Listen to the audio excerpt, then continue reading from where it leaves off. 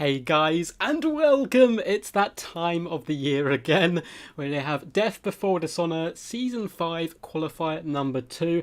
It's been a pretty crazy tournament so far, and we are going to be hopping in here with Ducky up against Mudkip in round 1, with Ice Powers unfortunately having to drop out of the other semi-finals, so it's going to be Suave, the quarter-finalist, up against Poison Ducky in the second round. So I'm just going to quickly update the scoreboards, and we will get going here.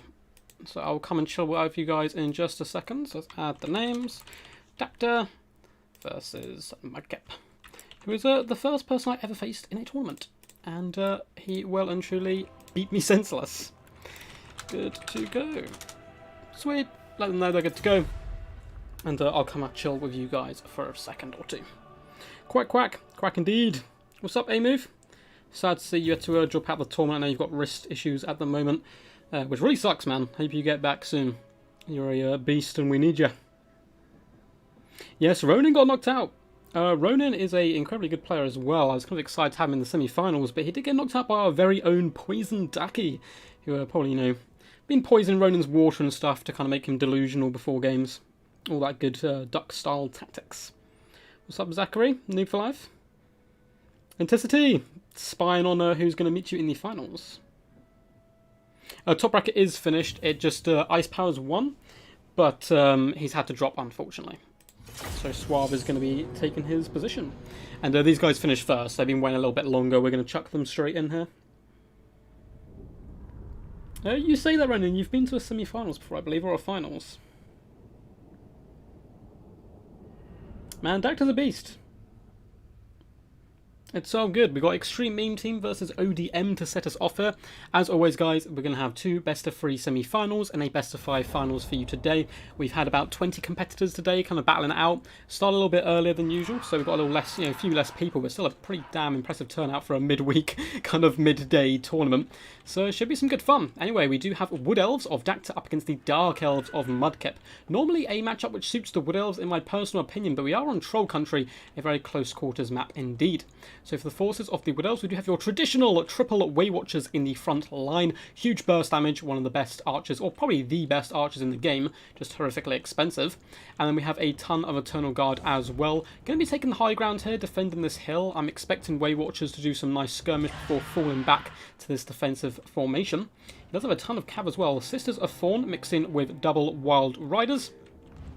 And up in the skies, we do have a Glade Lady, of course, coming with her net, arrows of Kernos, breath attacks, all that good stuff. And we can take a second just to appreciate how gorgeous this dragon is. Certainly my favourite dragon in the game, the Mighty Forest Dragon.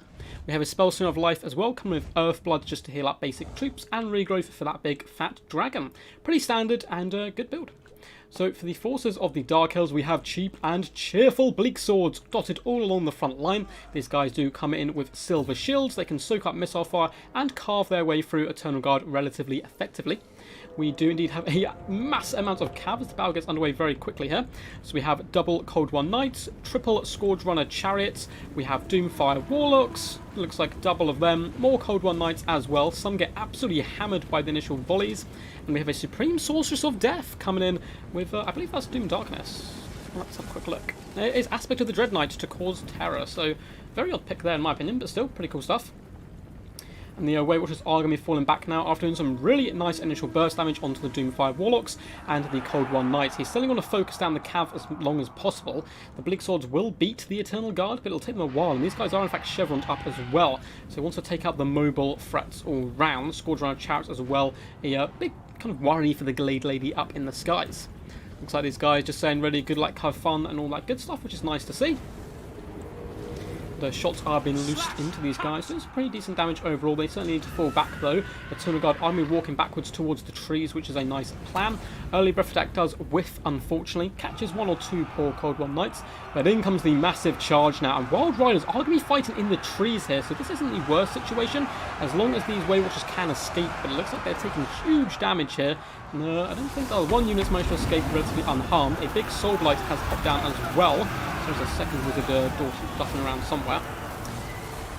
And yeah, Glade Lord could go for the sniper on the Supreme Sorceress, but looks like he's going to fall back up into the skies as Squadron of Chariots come in. There is a curse going down. Huge blob fight is in effect here. Going for a bit of a big blob fight. Shield of Thorns has been popped as well.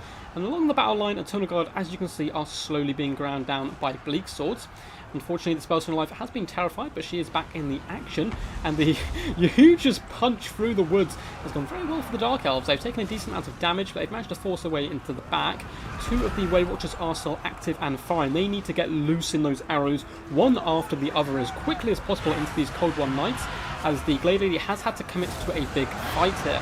Looks like Earthblood has gone down as well, trying to keep these guys active, but the Cav Rush is just swarming through, and there's not enough to protect these Wave Watchers at this point, and this is looking very dangerous. The Widows will slowly lose that frontline engagement, and with the Wave Watchers kind of being shut down and gone, this unit is certainly dead here, and with only kind of the one unit left active, I don't know if they have enough punching power. They have actually route some Doomfire Warlocks here, doing some decent work, and the Wild Riders fighting in the trees, of course, not getting that debuff like most units, large units get. They're doing some really solid work all round. I mean, the Cold Ones are looking relatively beaten up at this point, but there's still a decent amount of them, kind of Cold Ones darting left, right, and centre. So it's going to have to be a very hard carry from the Glade Lord here. It looks like the last unit of Wave Watchers has been forced off, going to be run down by Squadron of Chariots here. Being unfortunately crumpled to the ground, which isn't a fate anyone likes, especially on Wood Elf, who's a little bit flimsy. The Glade Lord, though, does come over here to try to protect as much as possible. His best bet here is just to try to dismantle key targets, like the Supreme Sorceress, for example, down to 354 health. Balance power is quite heavily in the favour of the Dark Elves. This Glade Lady needs to get back up in the skies, float over here, kill the Supreme Sorceress, and then pray for some very lucky terror routes, which isn't impossible, considering how many of these Cold One Knights are, relatively beat up. But it looks like, unfortunately, he is pinned into the ground, or she is, sorry. And, oh no, Cold One Knights may be falling back here. This could be a bit of a disaster, but no, it looks like it's still going to be pinned in, and that is going to be a very fast and furious game there. Game 1 to Mudkip, ODM, and the Dark Elves. But not a bad fight overall. I mean, it was very quick. There was huge damage done to both sides, which is some pretty awesome stuff. What's up, Ice Power? How's it going, man? Real sucks you couldn't make it, man. I'm so sorry. Darth Pendragon, what's up, dude? Nice to see you. And Park Map, hello. I'll chill out with you guys in just a second. So, honestly, a very decent build coming in by Dacta.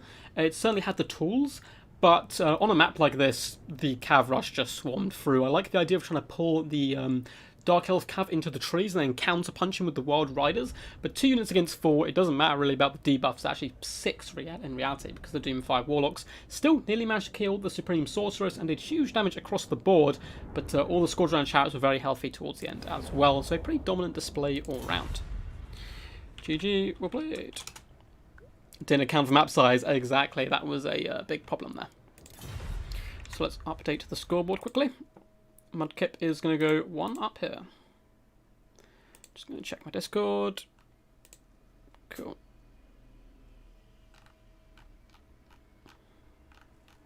So I'm pretty sure Suave's all good to take Ice Power's place in the next round, which will be up against Poison Ducky.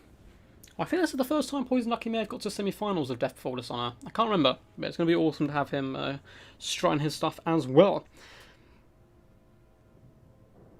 What's up, Valkanos? Hope you're all good, dude. Make Park Map moderator. Oh, he's not! I will do in just a second. I like the Dark Elf build here. Not sure how to do against Tree Blob. I mean, the Squadron of Chariots would do a decent amount of long-range damage, and I mean... yeah, you're right, though. You're right. If he could annihilate the Squadron of Chariots, maybe with like 1 or 2 units of Wave Watchers, kind of focus firing them whilst hiding amongst the Tree Blob, perhaps. It'd be tough, though. Oh, next map, yes, is Schwasterhafen. Yep. Cool. So the maps are obviously Troll Country, which we had, Schwasterhafen, and Mirror Woods. For Poison Ducky versus Suave, we're going to be playing on Altdorf Outskirts, River Amaxon, and Blue Reach River.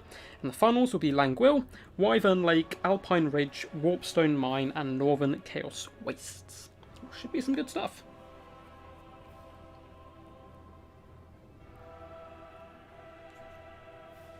I really want to play a FIFA Camp mirror match against Ducky. Oh, I did that on stream not too long ago, something like that. So it looks like we are indeed going to be having Vampire Coast from Dacta, banning Dowie and Empire. Definitely some strong bans there. You do not want to be playing Dowie at any cost when you are Vampire Coast. That's a horrible matchup. And Mudkip going for the sensible kind of counter here, considering those two have gone, which is High Elves. It's a pretty interesting matchup. Vampires, of course, coming with their mortars and they like to destroy archers. But again, cheap shift archers destroy zombies. So it's, you know, it's going to be interesting. Cold War Knights are super ineffective against Treekin in my experience. Perhaps they lack the kind of punching power and the EP to break through those thick tree hides. I, for one, am crazy excited for the Wood Elf DLC news. It's probably going to be paired with Skaven, I assume. But I was kind of praying for Lizard Men as well. It's kind of my two favourite factions in one go. But we'll be doing all that kind of stuff on the channel when the Wood Elves come out. I'll probably even do a campaign with them. I keep starting campaigns, not finishing them. But Wood Elves are one of those ones which I think I'll certainly get my teeth into at least a decent way. Good stuff. Cool, cool. Let's quickly go here. Boom. I gift you the power of Park Map. Yeah, thanks for tuning in, guys. Hope you are enjoying it already. If you are, please do give the video a big old thumbs up. And if you're new to the channel and have been drawn in by this tournament action, I do things all Total War Warhammer based, from kind of live streams to replays, campaigns, all that kind of good fun stuff. Feel free to stick around, subscribe, and all that good stuff. As we get dangerously close to 1,000 subs, it's actually happening a little bit quicker than I anticipated, because I had a few ideas for like a 1,000 sub celebration, which I put into works today, but I thought I had more time. So hopefully we'll have some cool stuff to reveal at 1,000 subs regardless.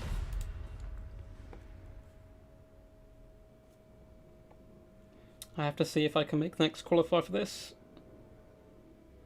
Yeah, man, so most of my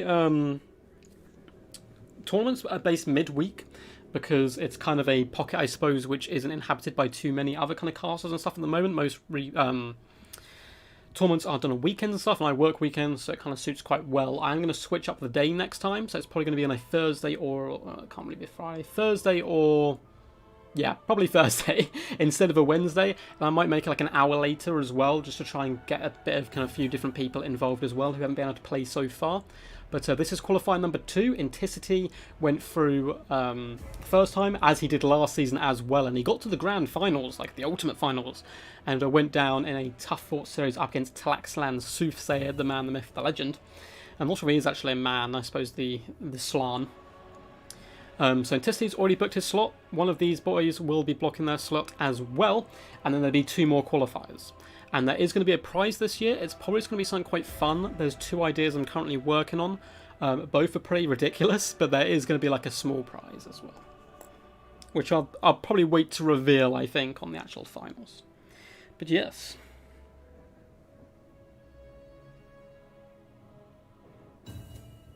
Vampire Chaos Mirror Meta. Oh. Yeah, keep your stuff midweek. Well, I try to do, oh, looks like both these boys are ready. I'm now starting to try to pre-record some replays as well, so I can kind of give at least a video a day, like a video or a stream a day is my current plan. So it's getting to that point, takes a little bit of practice, but it's all good. Yeah, I'm just glad, like, the tournaments are getting a lot of kind of love and appreciation and stuff, which is always good to see. And we're getting a ridiculous amount of people kind of competing and stuff, so it's so good to watch these kind of qualities of player, you know, battling up against each other. And here we go. So Dacta on the back foot here, representing the Extreme Meme team, which I'll actually have some news about for you guys as well when we get to Poison Ducky's game as well, because there's been some changes with the Extreme Meme team and Death for Dishonour. So, for the forces here of the Vampirates, we have a ridiculous number of handgunners dotted all the way along the back, with gunnery mobs as well. So a bit of both, just to make sure he keeps within the army limits, which is always good to see. So a huge amount of guns. In the front lines, we're going to have glorious, cheap and cheerful chaff. We have a mixture of polearms as well as deckhand mobs, just going to be soaking up that HP damage. And basically, they're there to die while the rest of the army actually kind of packs a punch. We do have a little bit of lag there, Necrofex Colossus, so a basic one, no Count Noculus here, because instead we do have Luther Harkin, who I'm a big fan of. I think he's an awesome character, both thematically and in-game. Coming with a Hornswaggle, he's going to be floating up on top of his Terragoose here, and pistoling people for days. It looks like we do have a caster, I'm assuming of vampires. We do indeed, coming with Invocation Heck, Raised Dead.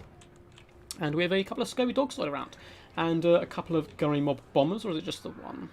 Looks like just one bomber as well, and double mortar going to be taking the high ground and a nice defensive approach. Now for the forces of the High Elves here, and Mudkip, who is a very good High Elf player as well, so it's pretty scary when he does pick them. In the front line he has gone very wide with Spearmen. Again, they're there to hold the line and allow the rest of the army to deal the real damage. And then we have a ridiculous amount of archers. Lothar and Seaguard on the flanks are going to be covering archers with light armour. This is very, very interesting stuff. I basically never see archers with light armour. You just normally see the basic ones. So I'm interested to see if that armour is actually going to help them at all. In the back line, we have Sisters of Avalon as well. Triple Sisters of Avalon, so we're going all out here on the long-range game.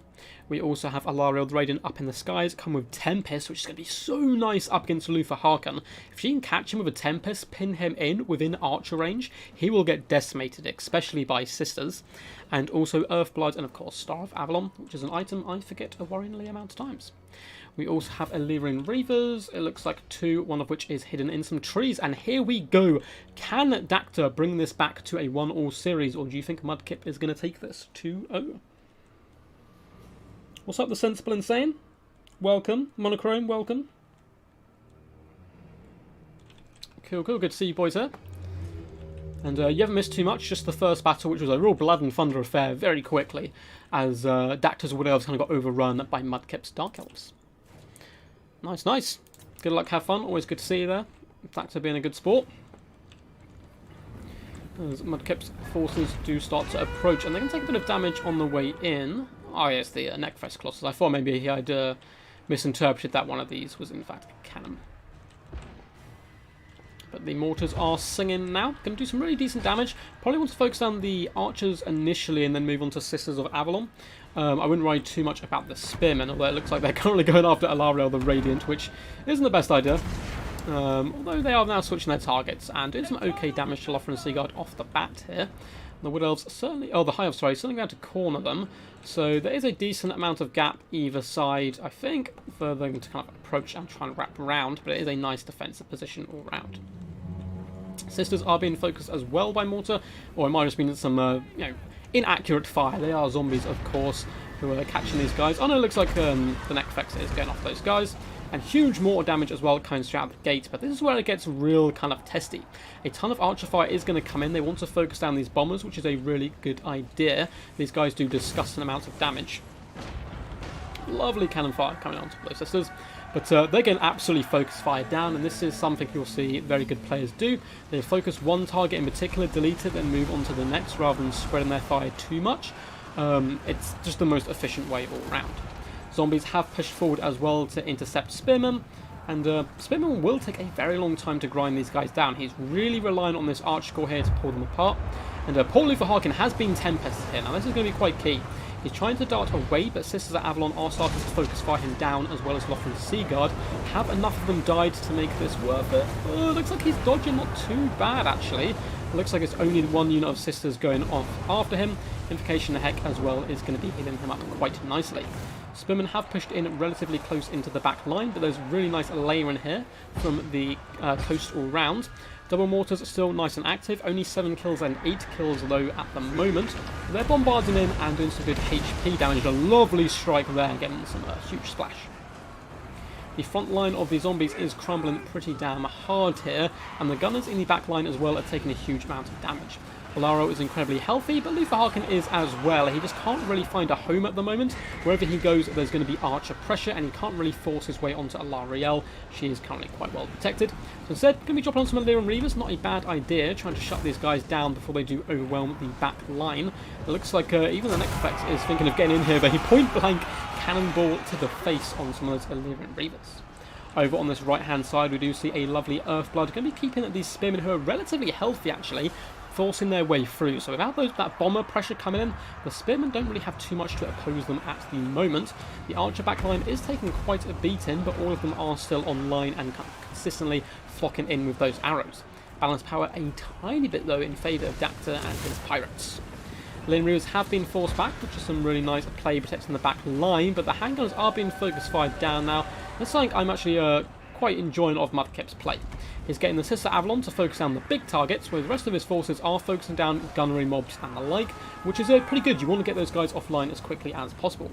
Looks like both units of Alien Reavers are pretty bloodied here, but they have managed to find a gap into the back line, and these mortars are done for. Alien Reavers will carve up gunnery crews with deadly efficiency here. They actually have a huge amount of shock damage, and it looks like to me the coast is starting to struggle, but oh no! What is this? Alarielle must have got she flew too close to the sun, and Luther has nearly managed to finish her off. I think he needs to chase her off at this point.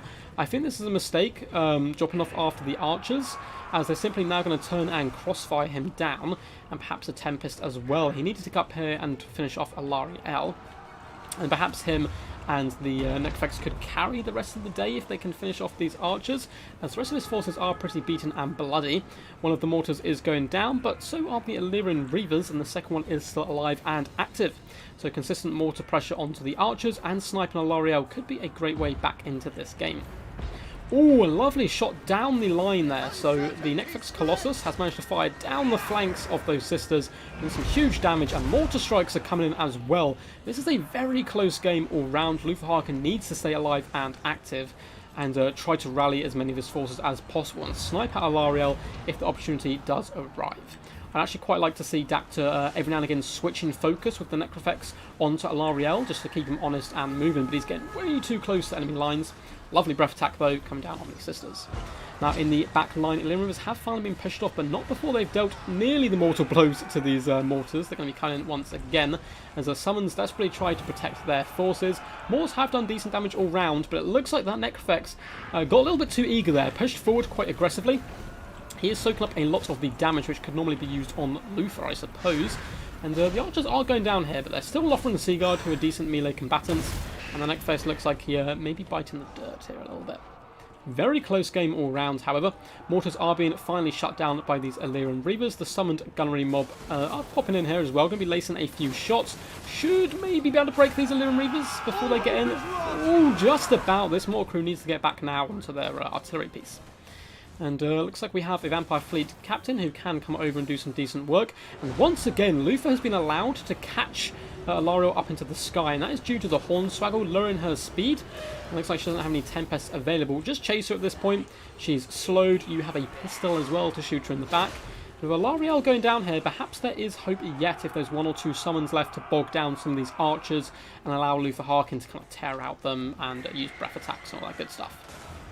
Looks like he's going to be letting her go again though, probably to do a breath attack down the line, but he's taking huge fire to do so. Spearmen have taken some damage, but Alarielle is being forced off here, needs to chase her off and finish her, but looks like he just constantly wants to focus down these archers at this point. There's basically nothing left here for the Vampires, down to 69 models. The balance power is still in their favour. A Invocation Heck is going to be going down on Luther, needs to get up here and finish off this lady. Vampire Fleet Admiral is still alive, and what else do they have going for them? They have one unit of polearms over here fighting down spearmen.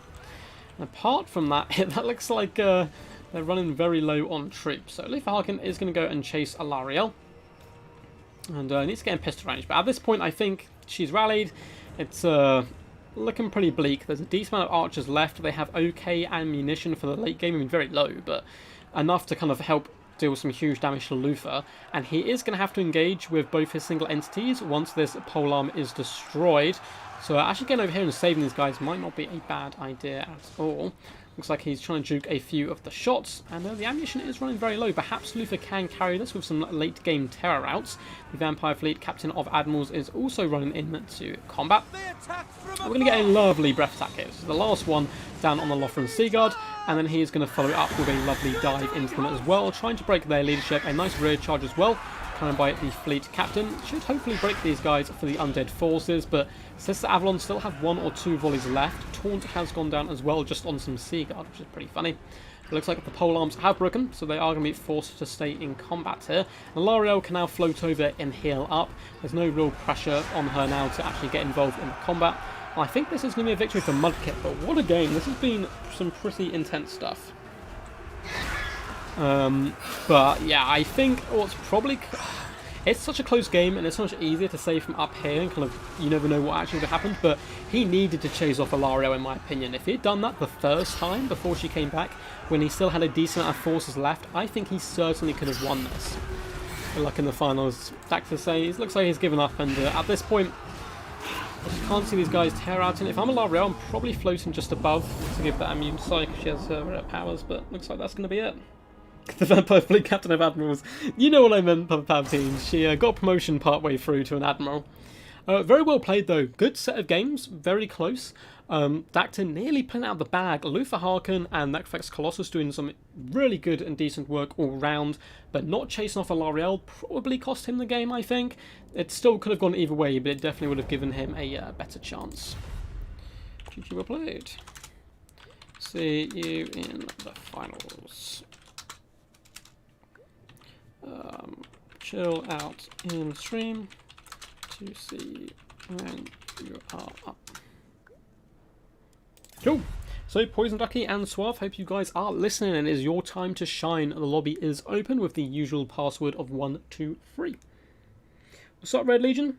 How's it going, man? Just teasing us with the Larry, indeed. That was close, letting the Routon and L'Oreal flee twice in a row. Yeah. I think that is what cost it, unfortunately. What's up, Grabones?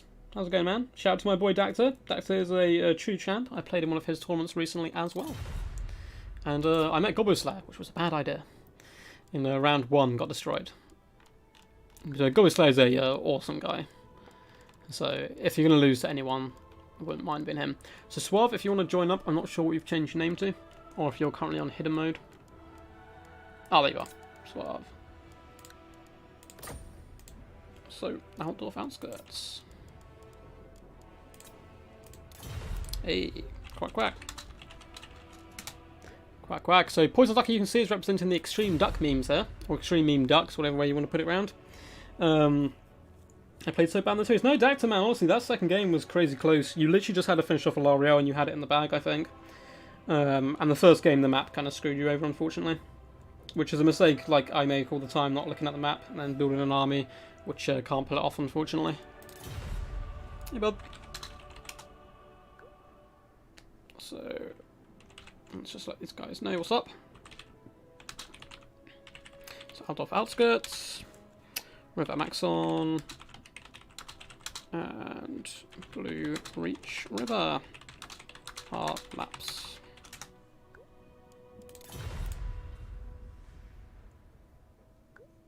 forgot he had a pistol to kill Ilario. No worries, man, honestly.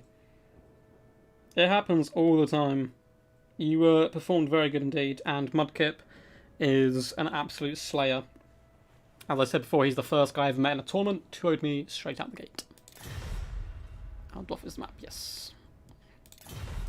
Cool, cool. So, let's change the scoreboard while I actually think about it. So Mudkip took that series 2 over. Very well played to both of these guys. And next up, we have Poison Ducky coming on against Suave, who has luckily managed to stay in here. He's luckily kind of been around. He did unfortunately lose his quarterfinal to Ice Power, which Ice Power is certainly a very potent and deadly opponent. And Ice Power unfortunately has had to drop, which really sucks because a similar thing happened to him as well in a previous tournament as well. So we're trying to make sure we're getting back on the channel as soon as possible because he's a really solid player. But Suave has stood up to the champ chair. So Suave is going with his favourite faction, which is Norska, and banning lizardmen and greenskins. No, I think that's. And Poison Ducky is going with Vampire Counts, which is his strongest faction. Just got to keep improving. Honestly, man, yeah, you do good, man. Yeah, honestly, I wouldn't trip about it. So, Poison Ducky is a member of Clan DBD, but you may see he's rocking a different name, and that is because, or clan tag, sorry, and that's because Extreme Meme Team and Death Before Dishonour, which is my own kind of clan that I created, or say not my own, it's kind of everyone who's in it, that I'm the founder, and we've kind of done a sister clan situation with Extreme Meme Team, where people from Extreme Meme Team are still Extreme Meme Team, people from DBD are still DBD, but if we ever want to kind of operate together in like a tournament or something, we can go underneath the name XMD or XDM or whatever you want, and we just basically chill out and have good fun together. So that might be why you see some more names, but looks like these boys are ready to go.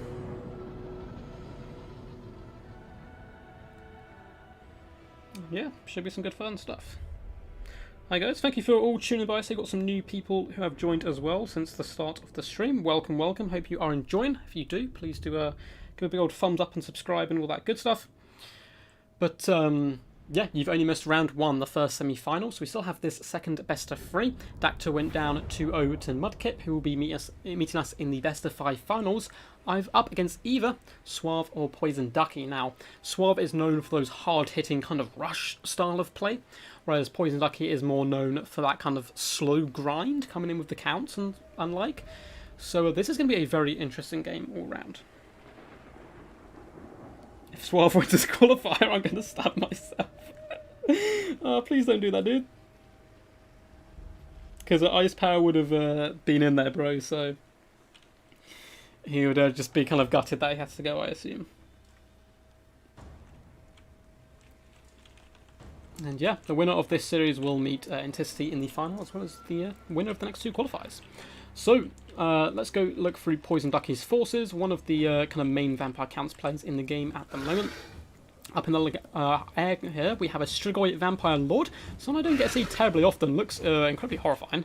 And he's been coming in with Ghoul King, Claws as well, Power Stone, all this kind of good stuff. Command of the Unliving, summoning Crypt Ghouls, very powerful stuff, Invocation Heck and Spirit Leech, so pretty decent stuff all round from him, kind of quite a versatile Lord.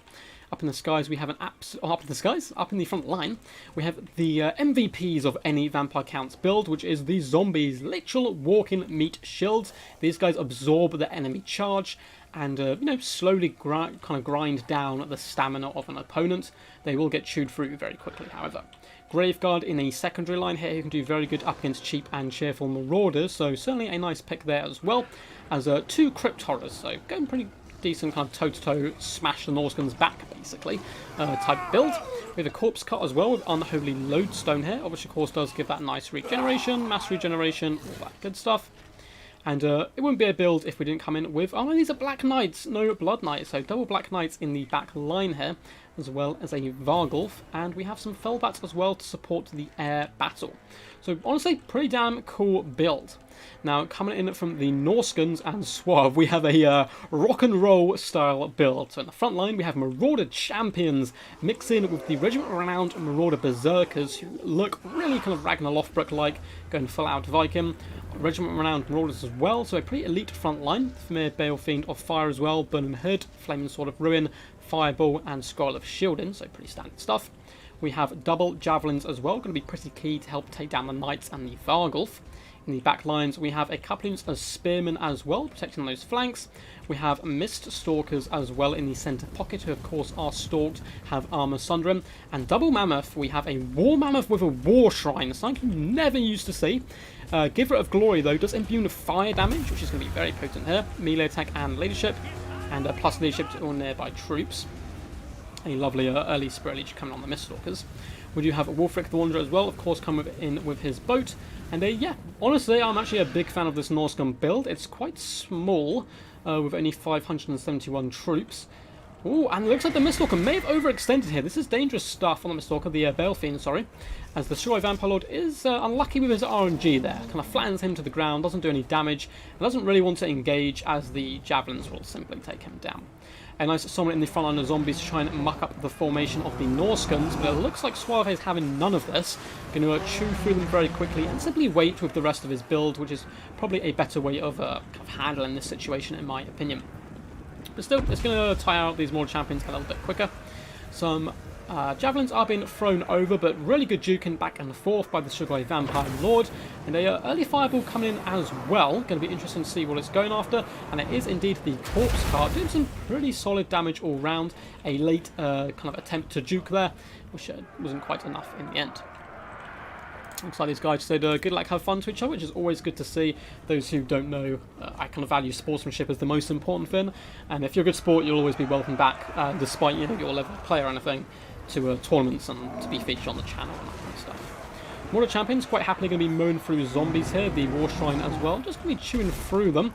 Again, slowly kind of trying to tire out troops and simply waste ammunition on these hunters. A Death Streak does go down on Wolfric, doing some okay damage, nothing too crazy, but there's no healing on the Norscan forces side. And again, he's just doing a slow roll here, allowing him to Spirit Leech the Miststalkers down, while simply wasting, one unit of zombies after the other, which is pretty hilarious, actually. It reminds me of a scene from Black Sails, where they're kind of just sending one guy to die after another. And it looks like Norscans have had enough of this, are going to be pushing forward, which is the right idea. They need to get into this. They don't want to just allow the Black Knights to flank around, Spirit Leech spam and all that kind of stuff. They want to get to grips and try hammering a part of this build as quickly as possible. Or at least that is my opinion. We'll see how it goes. So another fireball coming in once again. This time it is aimed at the Crypt Horrors. It does not take down a model, I do not think. Oh, it does. It does kill a single model there. It looks like the Corpse card is healing itself up as well, so that kind of slow push with the fireball isn't really helping the situation here too much. Again, oh, lovely attempt in the back line. Black Knights swoop in onto these javelins, doing some decent damage all round, nearly break them. If he could have broken them, these Fellbats could have swooped in and chased them off. But Black Knights are going to be falling back once more, and zombies are just slowly pushed into the enemy, and the Norscans really need to get aggressive here. I'm not really sure what he's kind of waiting for. Another Spirit Leech does come in on the Miststalkers. This unit is basically going to get no value in the end, apart from kind of wasting Winds of Magic, but it's getting pretty good value from that anyway. The Corpse cart once again hit, but it has regeneration, so you need to kind of follow those hits up realistically. As the Black Knights just going to be floating around, giving them something to think about. Looks like we are going to see a Death Streak coming down on the Miststalkers once more, down to 10 models at this point.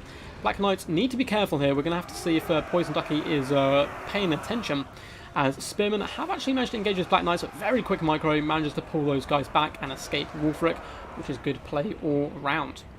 So it's going to be a long, drawn-out game. Black Knights on this flank have once again hammered in to the Marauder Hunters, but a War Mammoth with War Shrine is available, so these guys need to pull out very quickly. Looks like a ton of them were actually caught up on Spearmen, and oh no!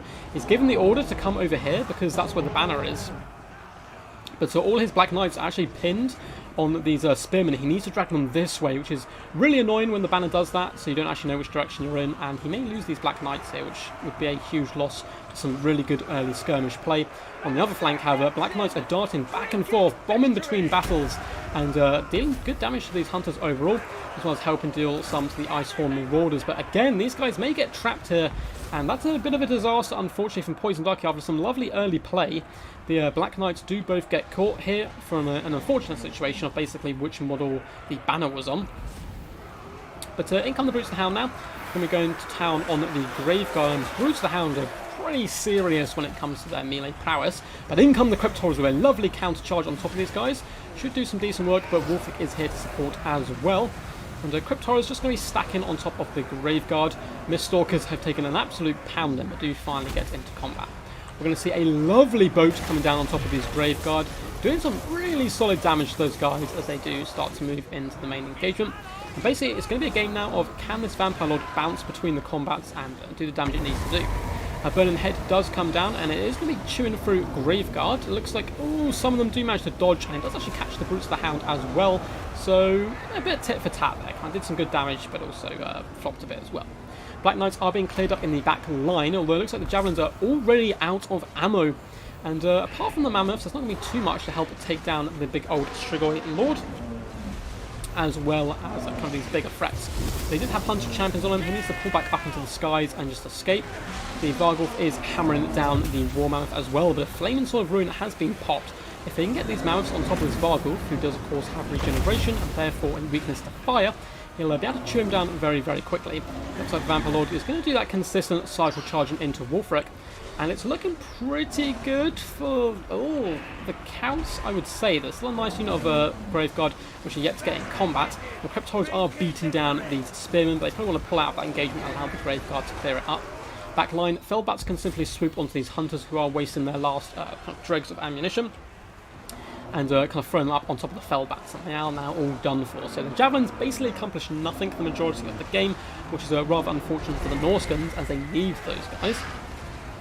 So the Corpse Guard is still alive here, going to be doing some nice regeneration. Cryptoids are fighting as well. A fireball goes through the legs of this War Mammoth and hits the Corpse Guard, doing some huge damage. And basically the Sugar Vampire Lord needs to make sure he doesn't get 2v1'd here, especially if 100 Champions does get popped. Simply fall back, fly up into the sky, and do some nice cycle charging. You are going to see another boat come down, and it's going to make, again, kind of decent-ish contact, but also catch some of his own men there as well. I'm not sure if the Mammoths are going to be able to carry this here. A Spirit Leech does go down on Wolfric, with the Sugar Vampire Lord kind of lurking up in the skies. Fellbats as well, probably trying to be used to chase off routing troops, or getting those kind of rear charges, but a lot of Norscan forces are going to win this left-hand side here, and slowly push their way into the main engagement. Cryptoids up to 21 kills, not doing too bad, but being mixing with Spearmen, they are slowly getting dragged down here. If the Mammoths get dragged down, then I think the Sugar Vampire Lord and the Vargulf will most likely carry this, but he needs to bring these guys down as quickly as possible before these Graveguard can't disappear and die, and force these guys to kind of stay pinned. Looks like the War Mammoth with War Shrine has been isolated here, and is getting dragged down to 1,700 health. It is wavering as well in its leadership. If it can break, which it has, the Fellbats who just dived in need to chase this guy off the battlefield. That would be some fantastic value, and allow the Sugar Vampire Lord, who once again has been 100 champion, and the Vargulf to team up on Wolfric and drag him down here. So it looks like the Fellbats are trying their best to come after this War Mammoth. He may make enough distance to come back, but looks like they are on him now as we speak. No, he just comes back. This is rather unfortunate here. And the Sugar Vampire Lord as well got caught massively there on the ground with 100 champions popped, and Wolfric just did some huge damage to his rear here. He needs to get back up into the sky, isolate this mammoth and shut it down. That was really unfortunate that he came back there. It's kind of a little bit janky sometimes, the routes and animations and stuff. So I would bring the Vampire Lord over here, assassinate the War Mammoth down to 1,000 health, which is easier said than done actually. He's still pretty tanky despite how low his HP looks here. But down to 500 now, and he's going to be gone once again. I do hear a boat as well. Looks like it came through the main battle line overall. And we've got Graveguard holding the line, desperately trying to chew their way through these Marauders. And the Vargulf is getting danger low, and so is the Suave Vampire Lord. He hasn't managed to hunt down the War Mammoth. 500 HP, and that battle swung on a dime. If the War Mammoth had been chased off there, Wolfric would have been 2v1'd by the Vargulf and the Vampire Lord, and it would have been game over basically. But because the War Mammoth has managed to rally, they got a nice 2v1 with Wolfric onto the Sugar Vampire Lord instead, and the game is now the kind of Norscans to lose at this point, it would seem at least. Unless there's some huge indications left up his belt. The Vargulf gets slammed to the ground. This War Shrine is proving its worth here. Up to 142 kills. Is flinging that Vargulf left, right and centre, as it does actually run for the hills here. But Wolfric should be able to float in and deal with this Vampire Lord, who's desperately trying to fall back and get back up into the skies, although it looks like he's going to have to... looks like he did unfortunately die. What a game! What a game. That was really well played to poison Ducky until that Mammoth got away. I love the early battle, wasting the ammunition on those Hunters, which made the Vargulf and Sugar Vampire Lord incredibly hard to kill if it wasn't for Wolfric and the Mammoth, and he just couldn't finish off that Mammoth. 142 kills, was a real MVP, keeping his troops fighting, and chewing through some of that chaff early game as well. The combination of him and Wolfric together was just about enough to kind of catch the Vampire Lord with 100 champions and just thump him in the back a couple of times, and that literally turned the entire game. GG, crazy close. And we will be moving on now to River and Maxon. So I'm going to update the scoreboards and stuff, guys, and then I will come and chill out with you for a little while. What is Red Eye Mountain? Oh, it's a name change, I think, of another map.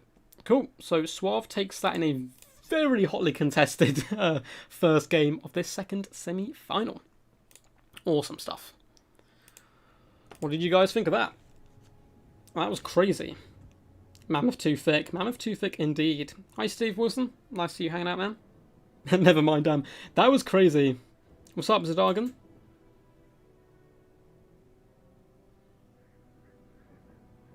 Nice. Just, oh, catch you later, Ice Power as well. I know it's a little bit late there, but hope you're all good.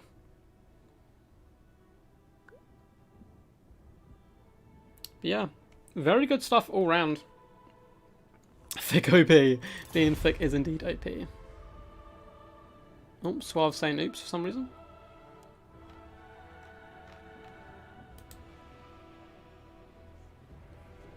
River max on is map.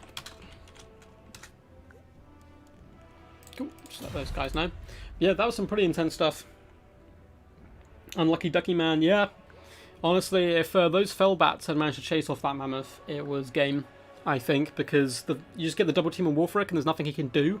And the mammoth, despite the fact how low HP it gets, still hits, you know, just the same as if it was full health. So it with the 100 champions, got that double whack onto Poison Ducky's Lord, and it switched the game.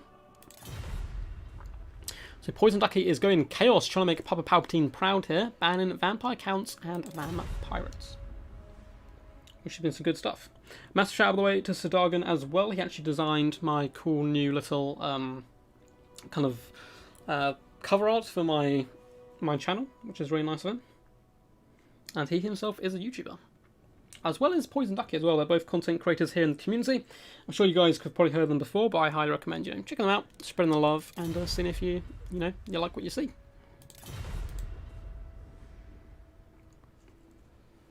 Yeah, and as always, thank you for tuning in. I've certainly been feeling the love lately. We've had a ton of videos kind of go over the 1,000 view mark and stuff, like a ton. And we're just growing and growing, which is always good. I've come back, but my phone is at 5% on the toilet. Well, you've missed some decent games, man. We're in the second semi-final now. Suave has taken the first game 1-0 in a ridiculously close Vampire Counts versus Norscan game.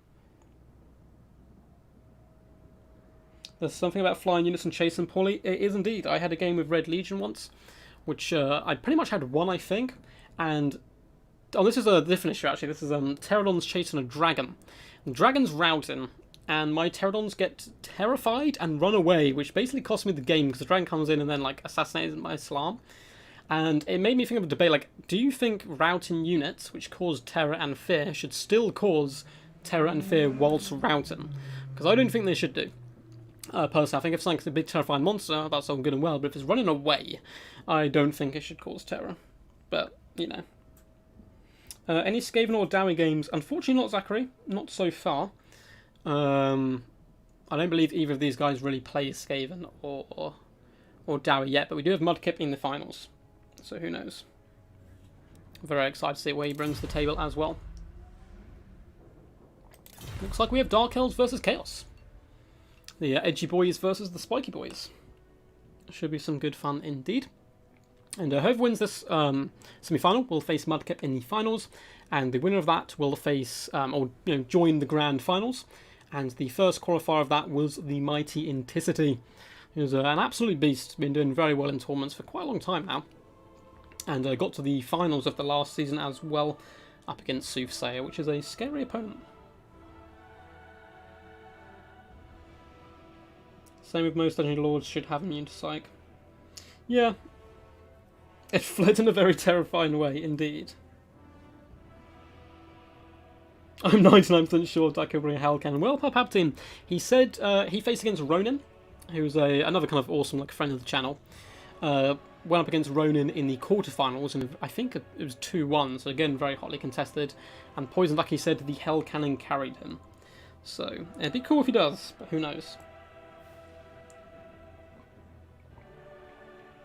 I can see a Hell Cannon doing very well here against the tightly packed formation of the Dark Elves, but at the same time they're very quick and can force their way into your back line, as we saw in Game 1 actually, between the Wood Elves and Dark Elves, and maybe could overrun a Hell Cannon quite quickly. We'll have to wait and see. Bob's immune to psychology aura works when he's broken. Yeah, things like that are just a bit weird, I think. I don't know how hard it is to implement though, kind of changing a unit when it breaks and stopping its buffs from working. So, you know. But there's all stuff, they're improving. They are taking feedback and stuff. It's all good. I'm just so excited for the Wood Elves DLC, because I really like Wood Elves. I love them on tabletop as well back in the day. I love them thematically, but they're a little bit limiting to play. You kind of go Weight Watchers or Rush. You can do a bit of mix, which I do now and again, but they don't have too many viable ways of playing them. So I'm excited for them just to get fleshed out a little bit more. Some new characters, new units. It's always fun to play. And I would like to dedicate this build to Flying Taco. Love it. And it should be the first time as well I'm allowed to bring you guys some kind of early access stuff as well. For that DLC, I believe. Not like super early, but I should be able to get you guys like some little bits and bobs, hopefully. Which is pretty exciting for me as well, as it will be a first for the channel.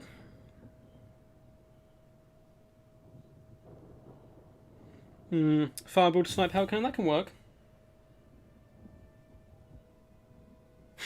I need the Wood Elf DLC pumped into my veins. I agree, man. I'm so excited for it. Do you have any prediction, guys, of what new units they can bring in? I really want Sisters of Twilight to be the Legendary Lord, but I feel like it might be Ariel, whatever her name is. I don't want to be like just kind of like another oh god, like Fey Enchantress or whatever. So I think the Sisters would bring kind of a cooler style of play. It's a good chance of getting Drycha as well. I'm pretty sure they're going to bring in Stag mounts for Lords, because they should do, because they were awesome looking on tabletop, and imagine a Lord riding a gigantic stag. It's just, I'm all about it. You can ride them with Wild Riders and stuff. It'd be a really cool way of kind of playing them.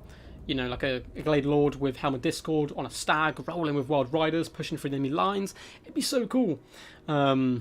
I'm sure they've got kind of a few more tricks up their sleeve as well of new units they can bring to the table, because I think they've used most of the tabletop units are already in the Wood Elf roster, because I didn't have a crazy amount.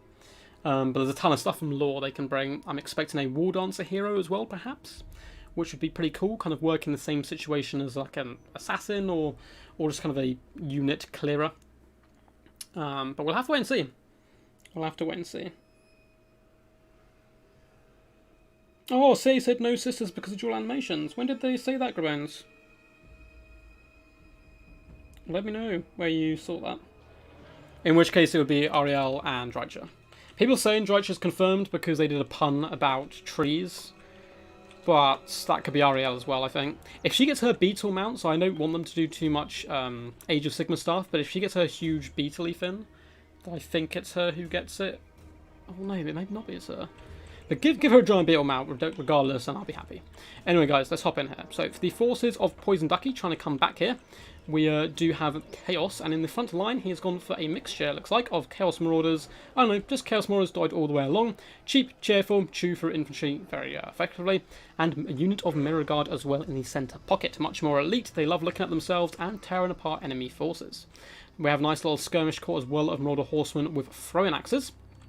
And we have a Troll and Spawn Rush, so 1, 2, 3, 4 Armoured Chaos Trolls, who look fantastic, by the way. Not a unit you get to see terribly often, and they are backed up by a ton of Chaos Spawn as well. So one thing I noticed about Poison Ducky, he is a Vampire Count's main, and he can make any faction play like Vampire Counts, so kind of using these guys as Crypt Horrors, it's really funny. And we do have the big old Chicken Meister himself coming in with Final Transmutation, Searing Doom, 2 decent spells, Arcane Conduit, Stand or Die. Now I'm a little worried he's going to get kited here, but I don't think Suave's known for kiting. I think he's known for kind of getting up and aggressive, so we'll have to wait and see. But for the forces of Suave, we do have Squadron Chariots on the flanks. It looks like 2 units, as well as double Dark Riders with repeater crossbows, and that's what I'm really worried about for this Chaos Force. He needs to get to grips on the enemy very quickly. He has Bleak Swords and Hargonic Executions in the front line, and Dread Spears, Sisters of Singing Doom as well, so a ridiculously hardcore kind of melee squad. We have Malekith up on his dragon, kind of Gaze of Malice and Soul Stealer, of course. And in the back lines we have Cold One Knights, looks like just the one unit. So the Skirmish Corps is really going to have to pull apart the Trolls and the Chaos Spawn quickly. And then those Chaos Spawn and Trolls need to make it to the front line for Poison Ducky to kind of beat down this elite infantry corps. Good luck, have fun. Awesome stuff. He's known for getting kited, not kiting. Hey, Ben. Well, is Ben the barman here? Is that a different Ben? No, I know he moved Age of Sigmar's Heresy, but the giant beetle model is fantastic. If they brought that in, I'd be a happy boy. Squadron Chariots going to be launching some shots in before having to flee for their lives. As the Chaos Trolls do take a bit of pounding, but they are armoured, so you know, they get a little bit of protection. Trying to fight in the trees as well might be a good idea. And if he had brought a Hell Cannon, it would have done so much nice work against the Hargnef Executioners and the like. But it looks like Mirror Guard are going to be running in here for an elite showdown. Should be pretty damn fun stuff. Looks like the Mirror Guard are getting the worst of the engagement so far, but then come their Troll Brethren, who are going to pound out these Hargnef Executioners, but Sisters of Singing Doom as well as Dread Spears do countercharge. These trolls need to flock around the side and hammer these guys in the rear. It'd be so lovely, as well as this is a final transmutation as well, I assume, coming down. Great breath attack though is the counter. No, it's a Soul Stealer. We do have a Searing Doom coming down though and punching these guys. A final transmutation needs to come down as well. Chaos Trolls are pounding across the entire line, but a lovely countercharge by Cold War Knights flocking from the trees here are going to be able to deal with these Chaos Trolls relatively effectively. And the Dark Shards, there's just nothing to pressure these guys. They are just simply going to be looping shots up and over. Looks like Chaos Marauders are getting a lovely flank, trying to turn this main engagement, which a lot of the battle is going to kind of hinge on here. And get into the flanks and do some decent damage. But it looks like Mudkip is going to flop up into the air. Chaos Spawn going to be fighting to the death. Chaos Trolls, however, not so eager to die, are going to be falling back here, but they can come back into the main engagement. And it looks like we do get an upgraded final transmutation. It catches the Sisters of Singing Doom, Dread Spears, Hargnef Executions, as well as Mudkip. Fantastic cast there. And a lovely rare attack coming by the Chaos Marauders. It looks like they are going to win the centre pocket here, as the Trolls do regenerate as well. It's going to give them some good durability here, and this is a pretty close game.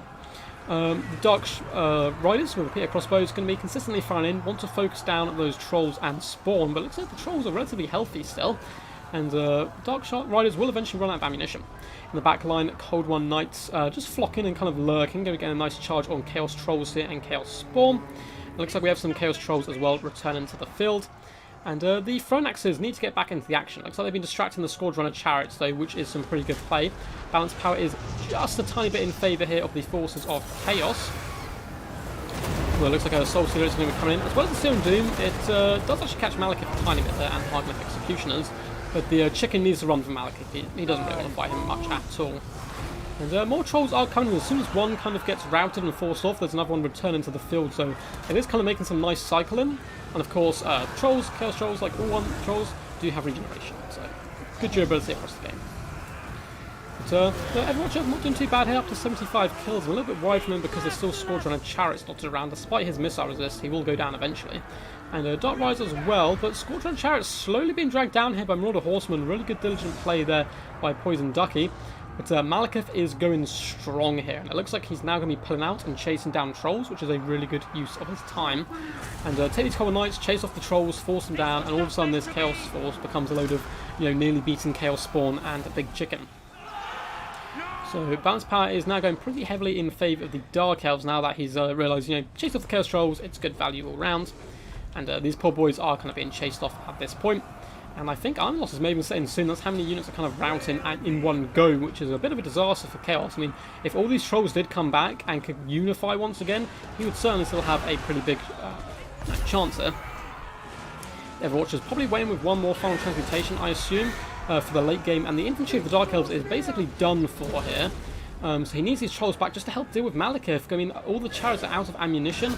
But look at this, great value, chasing off these Trolls. Looks like one unit has returned. Might be worth... Oh, nah, they're gone now. Might be worth popping those Chariots, try and force them off. And yeah, Fat Searing Doom does come down. Absolutely decimates the Dark Elf forces. But Mudkip is the real problem here. These Trolls need to get back to the field. But it looks like Cold War Knights are chasing off the other unit as well. So I think this is unfortunately a game for Poison Ducky. Great showing in both games. But overall, it looks like Mudkip, the Lord of Darkness and Edginess, is going to edge this one out here. Yeah, it looks like Armloss has set in. Just, let's say his name, but the Everwatcher, we'll call him. Left, looks like he's blobbing in. Maybe he has a final transmutation left, but he's been using the other spells quite a lot as well, which is nice to see him not just kind of spam the same spell over and over again. But it looks like that is going to be GG, guys.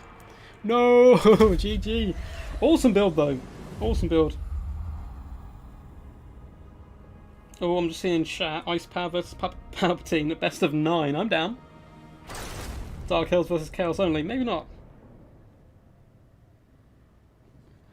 But very well played to both of these guys. Oh, sorry guys. Just pulled out my headphones there.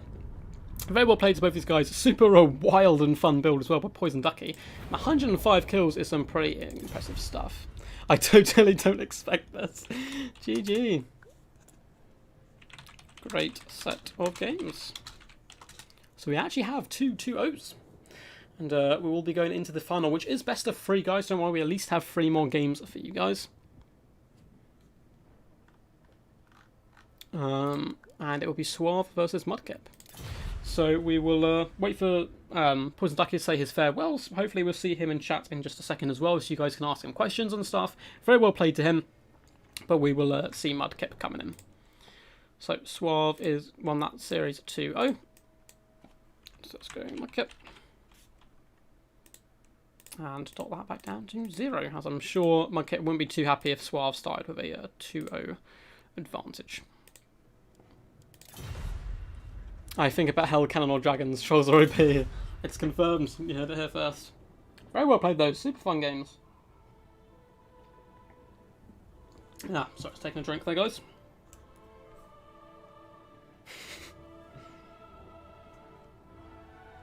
Well, ice your fears and realise. Possibly. Possibly, we'll have to see what Suave can do in the finals. See you soon, Ducky. Oh, looks like he's bounced. Cool. Do I have Mudkip as a friend? I'm not sure. Looks like not. Go. Well, Mudkip, if you are watching, feel free to hop in. If he doesn't hop in the next couple of minutes, I'll drop him a little message. But we are going to be on Langwell. Followed by Wyvern Lake, Alpine Ridge, Warpstone Mine, and Northern Chaos Wastes.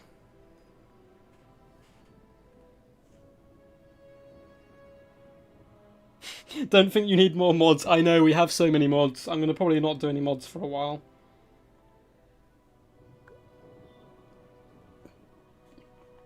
Poison Ducky. Well, you see.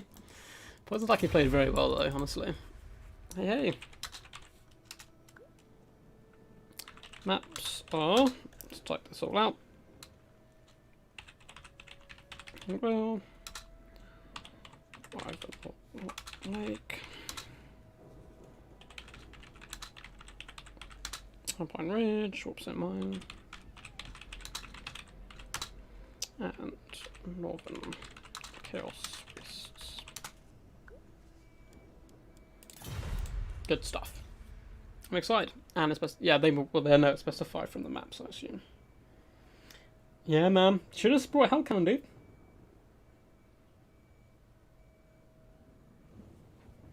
What's my blue name? You'll get one, noob, honestly. Like, I'm just gonna chill for a bit and wait for the challenge to grow a little bit so it's not like everyone's blue. And it gets really confusing for people who are joining, and then I'll just give it to people who are being like long-standing. Which of course would be people like Noob, who's been a big support of the channel since I had like 50 subs, which is crazy stuff. Seems I start you do indeed.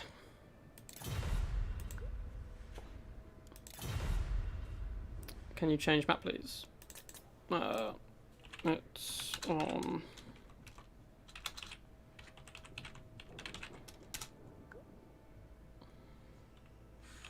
That's it, bugs. Sometimes if he's chatting, okay, no, he's all good. Sometimes if you're chatting and someone switches map, it doesn't show on your screen. Dark Elves are overrated, says Palpatine. Dark Elves are pretty good, I think. Squadrons are slightly overrated, but they're still very good. Even before they kind of got nerfed, they were slightly too good. They weren't as bad as everyone says, but this happens every time something new's released. For example, a great example of this is the last DLC we had, where the last couple really, with like Imric. Everyone's like, Imric's gonna be the most OP Finn in the game. He's so broken. Then he comes out and he's actually not actually that competitive. Or people are like Sylvangar, the most overpowered Finn in all time, and they're good, but they're not like crazy. Or people complaining greenskins were now like, you know, the greatest army in the game by far. And in reality, they've improved a lot, which they needed to, but they're still not number one in my opinion.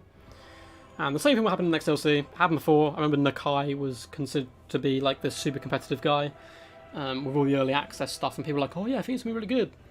And then he kind of comes out, and he's considered one of the worst lords in the game, unfortunately.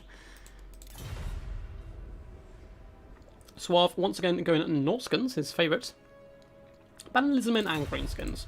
Probably a good idea. Ban Lizardmen's a very good idea.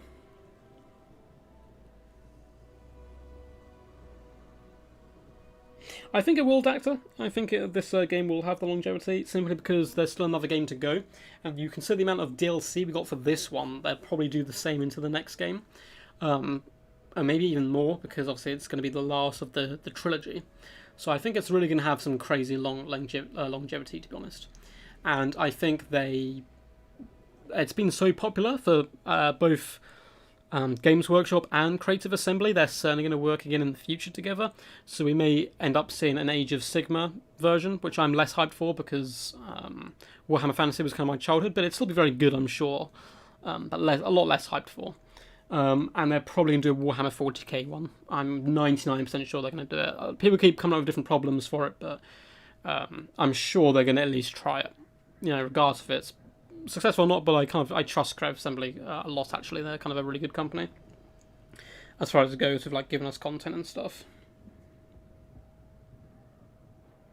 Oh, Magnus is Ninja Penguin Dactor. I think he may have played you in round 1.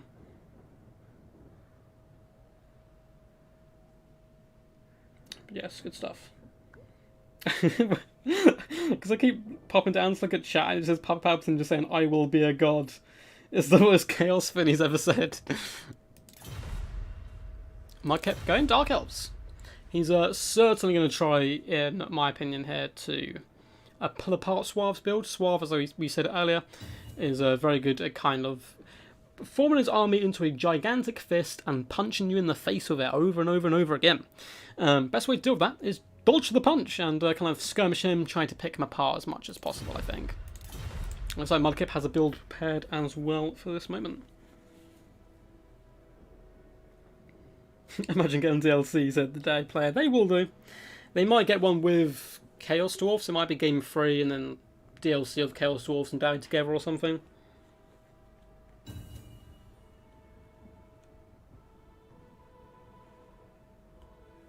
Yeah, I think it would work well. Like, people are like, oh, but you have ships which can fly across the map in a turn. And I'm just like, just think of the old Dawn of War games. Like, you can still do it. You just have to think of reasons why you can't be flying across the map in ships in half a second and Eldar aren't teleporting across the map and stuff. But I'm sure they'll give it a go.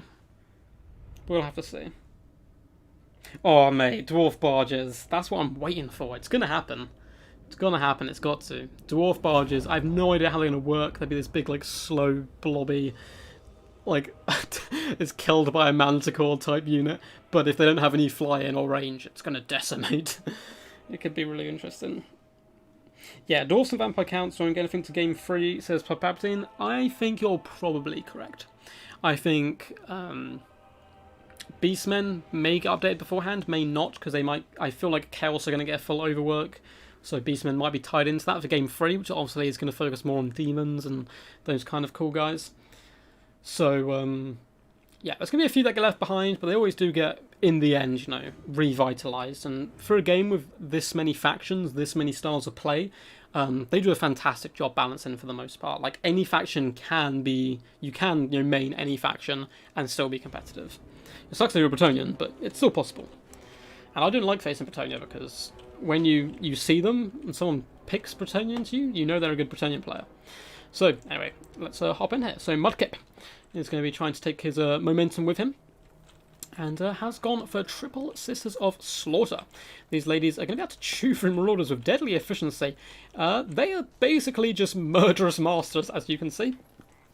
And whip infantry, so yeah, going to be whipping those marauders to death here. We also have a ton of cheap and cheerful dread spears. Gone over these guys quite a few times before, but cheap, cheerful, shielded. Going to take a beating here for the dark gods of Dark Elves, and allow the sisters to saturate and really tear apart the opponent.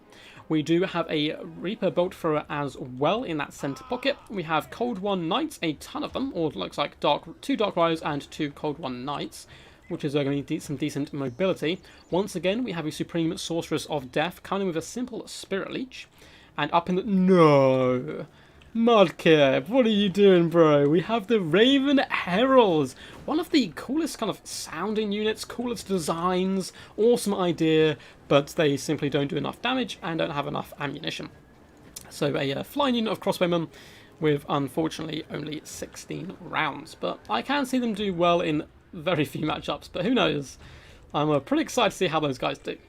Now, for the force of Suave here, we have double Marauder Horsemen on this right-hand flank, as well as Norscan Wolves. In the centre pocket, we have a mixture of Marauders, as well as Marauder Berserkers, who are going to have a really fun time up against those sisters, just chewing each other apart and decimating each other.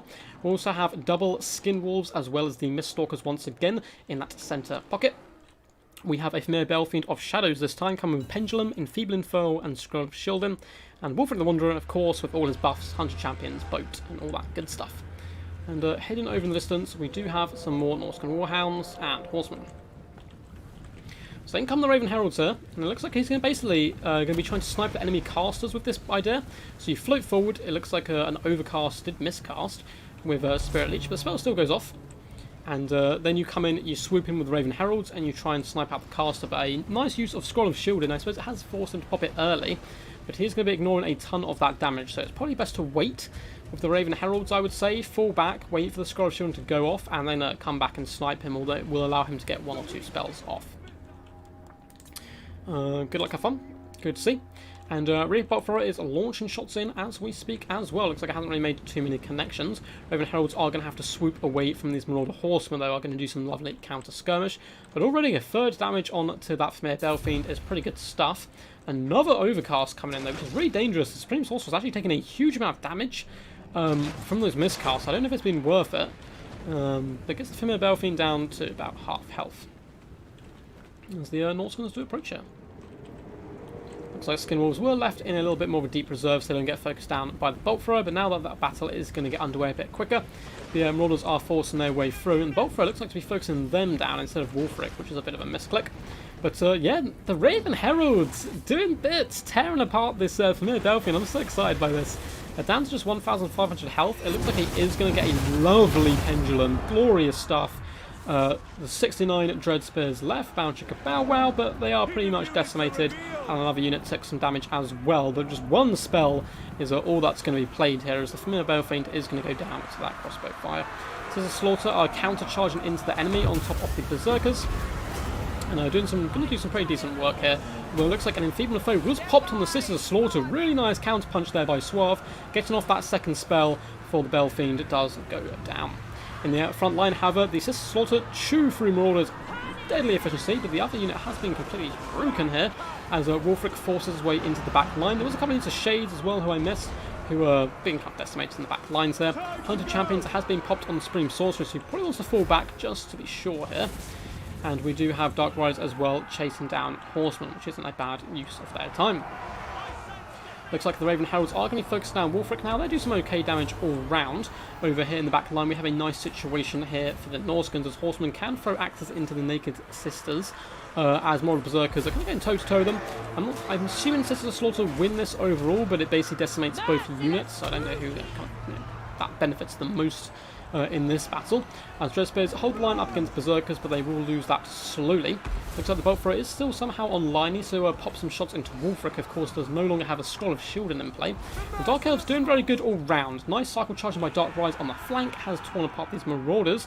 They're now once again forcing off the Marauder Horsemen. There's some units in the distance for the Dark Elves which need to come back into play, and some Skin Wolves as well rallying in the distance.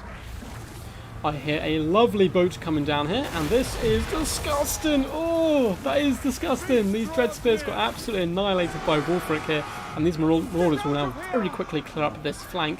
And there is a problem here. Miststalker's coming back, Skinwolves are coming back, and the backline is completely broken here. Shade's doing some lovely crossfire though into Wolfric, who has hunted down the Supreme Sorceress, who needs to run, get that little horse legs pumping. As Wolfric is just trampling all over her. She's terrified, and she's probably going to go down here, which is kind of really unlucky for the Dark Elves. They were in a decent position, but down she goes. And the Raven Heralds don't have too many kills. They've done fantastic damage to Wolfric all round, and of course the Sorcerer as well. Sisters of Slaughter slowly going down to Berserkers here, and it looks like Berserkers actually coming out ahead quite a bit there. And I'm afraid I think that's most likely going to be game without the leadership, and the balance power so against the Dark Elves here. I can see them just slowly getting dragged down and broken. An army loss is set in. Suave coming through with the Iron Fist to beat down the Dark Elves there. Crazy game. God, those boats are doing so much indeed. They are doing very good overall. But two really fun builds. Suave coming in with a classic Suave build, just punching it through the enemy, and Wolfric really the MVP for him here, doing 129 kills with some crazy stuff. As for Mudkip, what a unit, what a lad, bringing the Raven Heralds with a really nice snipe attempt mixed in with Supreme Sorceress of Death. Unfortunately for him, the Familiar Belfiend had brought that Scroll of Shielding, which allowed him to get off two spells, two rather important ones, an Enfeebling Foe, which neutered one of these Sister Slaughter kind of quite badly, and a nice Pendulum as well, really helped tear through these Dread Spears, but super good game. GG. And we are going to be on Wyvern League here. There we go. Let's update the scoreboard to Suave taking the first game. It, of course, is a best of 5, so we've still got some good games left ahead of us. And we'll come out and show you guys. What did you think of the game? Why not give them something that gives them actual dynamic options? Are you talking about Norska? Yeah, you're right, Palpatine. Skaven sell well, and I believe Heralds and Dark Elves have had DLCs more recent than Skaven and Lizardmen, so it's probably going to be Skaven this time round, and I assume Lizardmen afterwards. The reason they pair them with a main faction from Total Warhammer 2 is to make the DLCs more accessible, because obviously not everyone has a Wood Elf DLC, so doing DLC for DLC can be tricky. So you simply have to pair them with a base faction. So despite whatever DLCs you have, you can still get this one if you have Total War Warhammer 2. There are bonuses if you have other DLCs. It's just a good marketing way all round. I'm expecting as well to see discounts probably on the main games as well when this DLC drops, as I think it makes sense from a marketing point of view. Mudkip is going Empire. Hey, you're going to see Empire today. And banning Dowie and Lizardmen. Banning Dowie is certainly a good idea, and I quite like Lizardmen up against Empire actually. It's rather annoying with nets and so forth, but you go quite cav heavy and you can kind of overrun the Empire relatively often. What up, Zyphos? How's it going, dude? Hope you are all good in the hood. We do have your boy, Mudkip here, representing ODM. If he does manage to get into the finals, it will have 2 ODM members so far into the season's finals, but Suave is saying no at the moment, shutting down Mudkip into a 1-0 situation here. But yeah, it was good to see Heralds, you're right, the Heralds of the Raven, or whatever they're called, did really good in that matchup, which was interesting. I saw a replay of them about a month ago where they did very good as well up against Greenskins, because some of the Greenskin lords and heroes are very squishy, and they just went around just sniping out units, sniping out Wurzag and stuff, so they can work, they're just incredibly niche. Yes, welcome, welcome. Hope you guys are enjoying the stream. If you are, feel free to like, subscribe if you're new, and all that standard YouTube stuff that I have to kind of go on about. Oh, and exciting news, I've updated Patreon as well. So Patreon's back. There's going to be some more stuff on that. I need to kind of rework the whole thing, which I'm kind of in the process of doing. But it is back up on there for those who are interested in all that kind of stuff. And if you want to take part in tournaments such as these, we host them kind of, try to do weekly, but sometimes every 2 weeks. And feel free just to join the Discord link down in the description. You'll be able to find it and, hang out with a load of cool guys, take part in King of the Hills and stuff, which we are going to be bringing back. I have an exciting kind of idea, I suppose, for a 1,000 sub, like King of the Hill stream and stuff, with some prizes and all that good stuff. Zyphos has no doubt Mudkip is going to win. That's some confidence in your clanmate, which is good to see. Yeah, you're right, Ronan. They pretty much discount everything when they drop a DLC just because it entices more people into buying the base game as well, which is always a really good idea. Cool, so I'm saying have fun. He's all ready. Mudkip still deciding. Yeah, it's an interesting kind of matchups here between these two competitors because, as Zypho says, Mudkip is the box god. It's obviously very good defensively, but Suave loves a kind of aggressive melee rush. So they're two kind of polar opposite styles of play, which work quite well. We don't accept anything else other than a 48-hour stream. There is an idea for a 24-hour stream, but it's probably going to be across multiple channels. So the idea would be that like we start the 24-hour stream on my channel, then I pass it off to someone like Poison Ducky after I do like say like 6 hours or something, and then he streams for like that amount of time, and then we send it off to someone like Falcon because he's in a different part of the world, he can stream at a different time. The idea is that there'd be a continuous 24-hour Warhammer stream, but it spreads across different YouTubers because for health reasons I can't do a 24-hour stream because I have to sleep. Like it's like yeah, it's a whole thing,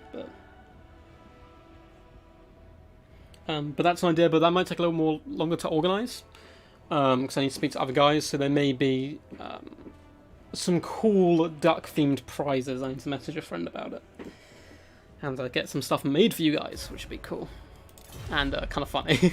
But yeah, enough of that anyway. Well, I'll sort that out when we reach there.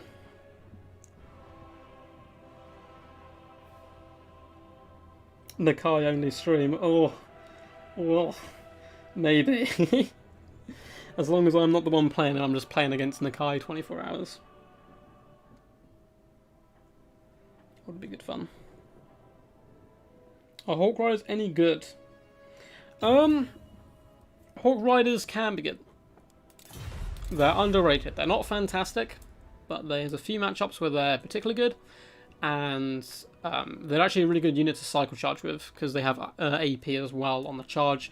Pretty big models as well. I've seen them even work up against Bretonia. I have tried a few builds to get a load of Glade Riders to snipe out Peasant Archers. You get a load of Hawk Riders to slowly ping down Cav with like a Glade Lady as well up in the sky. And you just hide a few Eternal Guard around somewhere or slow push with them. And you kind of breath attack Knights. And it's a real tough way of playing, but it's doable. Gorok's alright. I actually like Gorok in some matchups. Before Volk, I won nothing. After Volk, I win everything. Volkmar Ruby. Gorok's good in a few matchups. He's really good up against shooty factions, basically, and dwarves, because he just beats the snot out of basically every single dwarf lord. Probably dependent on buffs, but he normally destroys dwarf lords with decent efficiency. But yes. Yeah, people got mad about that A move saying the Carl tic-tac-toe. I said in my opinion tic-tac-toe was the worst lord in the game on the video, and people were like, no, it's not. He's fantastic. He's good at this. He's good at that. And I'm so I've never seen a replay where tic-tac-toe's done good. Feel free to send them to me. Like I'll change my mind, but I've just occasionally on a good day he'll snipe out a caster, and on a normal day he'll just have zero impact on the game. I know he's cheap, but lords are pretty key and pivotal, in my opinion, in Total War. So you need your lord to have an impact, I think, 9 times out of 10. Looks like the boys are good to go. Yeah, Gorok is a beast in the day matchup, you're right. How does he fare against Count Ducky? What's up, Eric? Nice to see you chilling, man. Hope you're all good. Welcome to the stream. I think I've seen you around before as well, so good to have you back. Oh, we're so close to breaking our record. I think we had 50 people watching in one go last time, which is awesome. So we're close. Tell your mums, tell your nans. And your friends as well. Where in the UK are you from? So I'm South Coast, Eric, originally. So I grew up in a tiny town called Stenham and Beedon. They're basically linked like 2 little villages.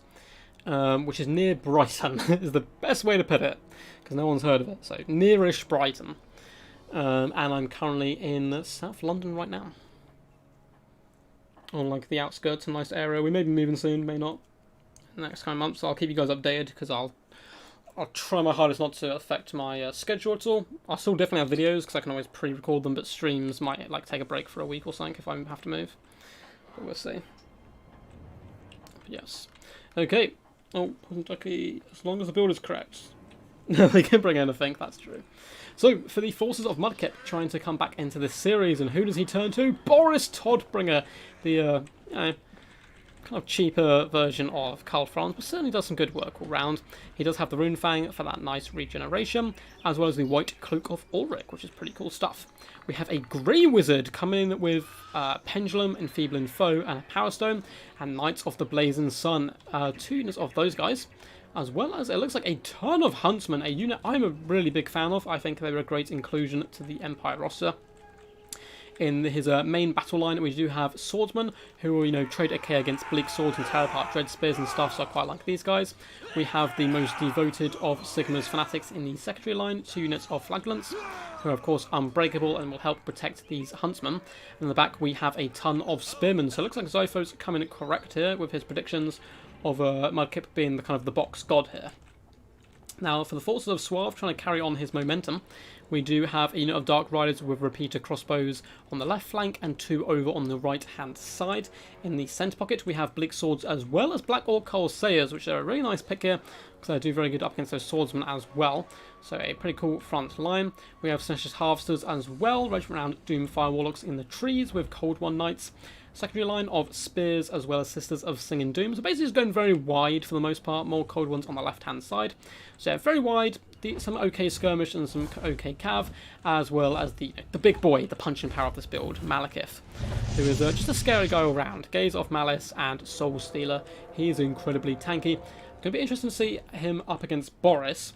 If Mudkip can lure in Malekith to these Huntsmen, I think he'll love to take that engagement up in the skies. But it's going to be a good game. It basically, can Mudkip protect his backline? Because the Huntsmen are a good answer to Dark Riders, the Knights, and Malekith, and the rest is kind of mainly chaff-based, which Boris will be able to clear up, and so will his Cav. So it's just going to be really pivotal to see if he can protect these guys.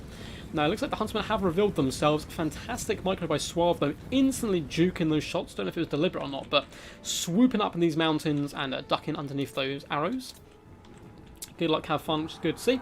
On the other flank, it looks like Dark Riders have taken a tiny bit of damage. The Huntsmen, once again, doing some decent frontline pressure. Flagellants are actually running ahead of the Swordsmen here to soak up the initial charge and counter-charge, which is always good to see. Cold One Knights are being used in the frontal engagement here, and a Gaze of Malice is going to be used very effectively on these Huntsmen. We need to try and stand up and shoot, but Snatcher's Harvesters find a tiny gap in this rock and force their way through into the back line. Spearmen need to get active and hunt down these Snatcher's Harvesters as quickly as possible. Huge Pendulum that does come down in the front line, destroying its Sisters of Singing Doom as well as Black Orc Corsairs. Probably going to see a fat Soul Stealer here as Knights of the Blazing Sun do gloriously charge in to defend their warriors. Hop on top of these Cold One Knights, but a big Soul Stealer is coming in, and no doubt a Breath Attack is on its way as well. So Empire's struggling a little bit. Over this other flank though, Dark Riders are being pulled apart by Huntsmen. It's a good play overall, and Flagellants hold the line, helping beat down some Dread Spears. So really close game so far. We have the Duel of the Fates, the ultimate showdown of Ultimate Destiny up in the sky. Boris Toddbringer going toe-to-toe with Malekith, and Boris is a meaty boy indeed, especially that regeneration coming in. Unfortunately, it looks like with all those buffs coming down, the Knights of the Blazing Sun have been just broken off the field here, falling back, and there's nothing left to protect these Huntsmen. Some Spearmen are answering the call to arms. We're trying to pin in these Cold One Knights. And if they can simply hold the line and allow these Huntsmen to fall back into the trees and consistently fire once more, there's certainly a good shout here. But Boris is getting deleted by Malekith. He's a brave human, but he's simply on a Griffin up against a Dragon. It's not going to go too well, especially with that consistent Dark Rider Overwatch fire. Things are looking bleak for the Empire. It's sad to say, with Dark Riders kind of roaming through the back line, hunting down Huntsmen, and Dark Riders as well. Look at the value they can get here, hunting down all of these units. Knights of the Blazing Sun need to just charge in here to try and kind of distract these guys and rally some troops. And in the main pocket of strength, we do have Spearmen left alive, but the Huntsmen are being completely overrun here. They did some pretty decent damage, but there were just too many of them to protect, it seems like. And Boris going to be trying to heal up with that Rune Fang and tear apart some Cold One Knights where possible, but a Gaze of Malice just flattens those Spearmen, clearing a path for Malekith to pounce on top of Boris here. Although it looks like he's deciding to get back up into the air and fall back, so there are Spearmen nearby, and no longer is there crossbow fire kind of support. Looks like once again we're going to get a Soul Stealer down on Boris here, which is just going to do some decent damage all round. Knights of the Blazing Sun are trying to rally back to the centre pocket and protect these Huntsmen. We have some rallying Huntsmen up on the high ground here, pulling apart such as Halfsters. Decent play and kind of grit and determination by Mudkip here to fight back into the game. The Halfsters have noticed this. I'm going to go over and say hello. Empire kind of trying to drag themselves back in the game here, pulling apart Corsairs on the periphery here and kind of trying to rebuild a central power base in the centre pocket, but Boris unfortunately met his end here as we see his majestic bird broken and bloodied on the ground. And that's going to be 2-0 to Suave here, guys. Pretty crazy stuff.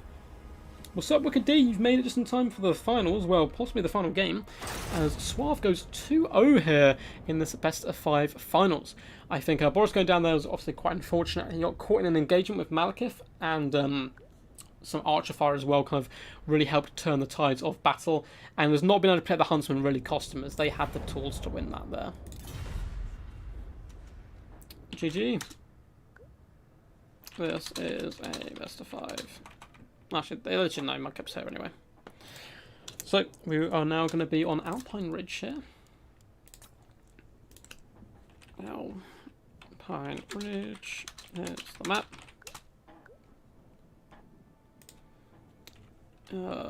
Yup. Let's just see, he picked some ban last time. Yeah. Yeah, if it goes all the way to the 5th game, that's when we do, whoever won the second to last game, then they pick 3, the other person bans 1 and picks and all that kind of stuff.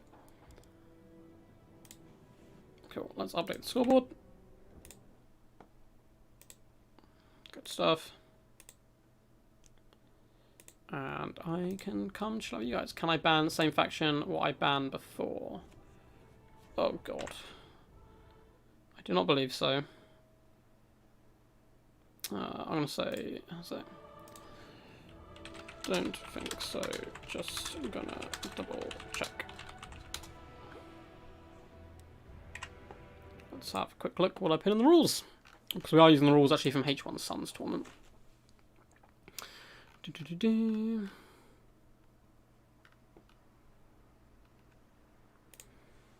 Let's open it up.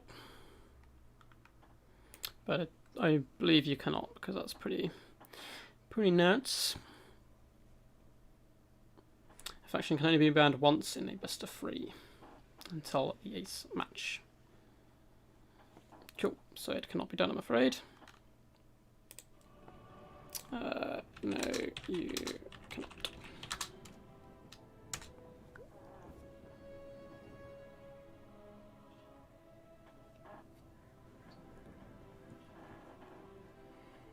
Someone kite Worsher. Worsher is Suave, by the way, they're the same person. Yeah, Wicked. Hope you're doing good, man. Nice to see you chilling out here. Mudkip is a best offense, a good defense guy. I kind of play like Mudkip sometimes. I kind of like counter initiation. I think it's a good way of describing the play style I do sometimes. I mix it up. To be honest, I don't like stick to one style of play, but it's probably the one I'm happiest with, which is, yeah, you're kind of like a relatively defensive, like, it's kind of a box with mobility is what I like. So I don't like going really defensive, but you kind of wait to see what your opponent's going to do, and then you counter initiate to get the best engagements. Yeah, what's up, Yori? Nice to see you, man. Go ODM. He needs support right now. Mudkip is trying to fight back. He's 2-0 down here, but he is certainly a good enough player to get back into this. So we'll have to see. Crushing overviews, Duck. Keep up the good work. Thanks, Wicked. We're doing really good recently. I'm not sure what changed. Well, we're doing quite good anyway. It's just like a slowly gradual build. But, like 5 of my last 10 videos I got over 1,000 views. That's pretty crazy. Suave is going chaos. So that's all good stuff. The best defense is Wave Watchers, indeed. Indeed. Yeah, good to see some of you guys here. Hope you are enjoying. If you are, feel free to thumbs up the video. And the reason I asked that basically is well, it lets me know, what content you guys like. So if something gets a lot of likes, I'll do it more often. But it also actually pushes out the stream to more people, and all that kind of good stuff. He is going Coast. Oh, Chaos, sorry. Banning Coast and Dowie. What's everyone got against the Dowie? Heading to UK soon for uni up north. Awesome, Eric. Where are you from originally? You have a very Scandinavian sounding name, but that could be completely wrong. And you're going to St Andrews. I went to St Andrews Primary School, but it was not actually in St Andrews.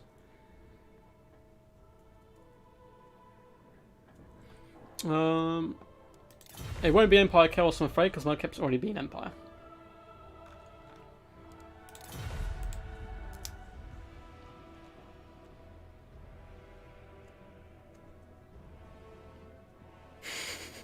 That was the most French thing you could have said. That's funny. Dwarf band, yeah, band dwarfs with Chaos. I mean, I'm assuming it's probably more because Mudkip's very good with dwarfs, so I'd assume if his playstyle's anything to go by.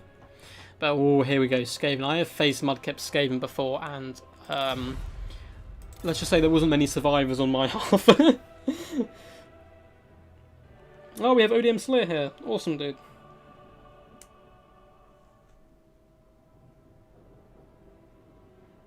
You remember when I said if you reached some likes, you should make a challenge?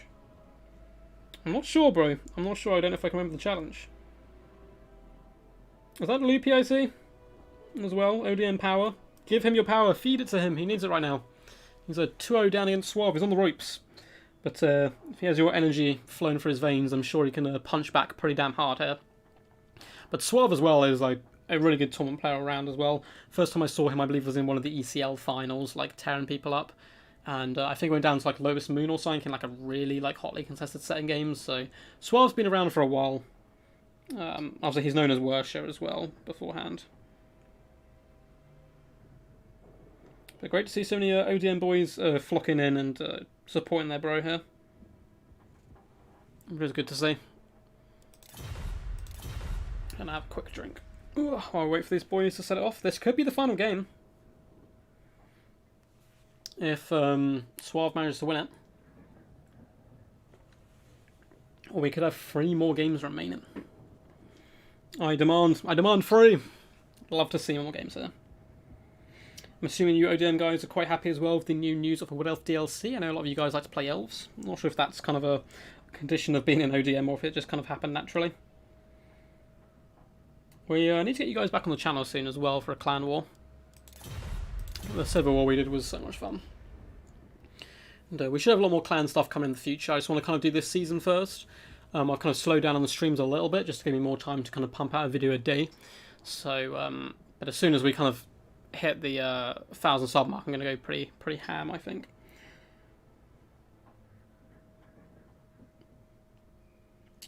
Lewis Leon Kerr. ODM always elves. That's why they play them and get them killed. Is that the is that the idea? I sort of want to see elves die. Oh hell yeah! Wicked. Come to the UK.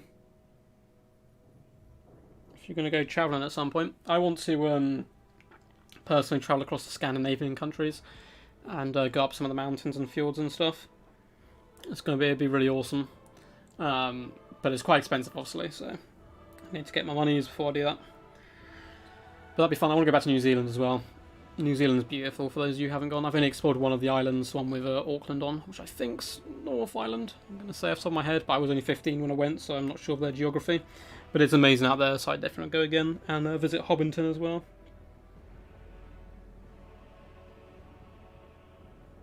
There should be some good stuff.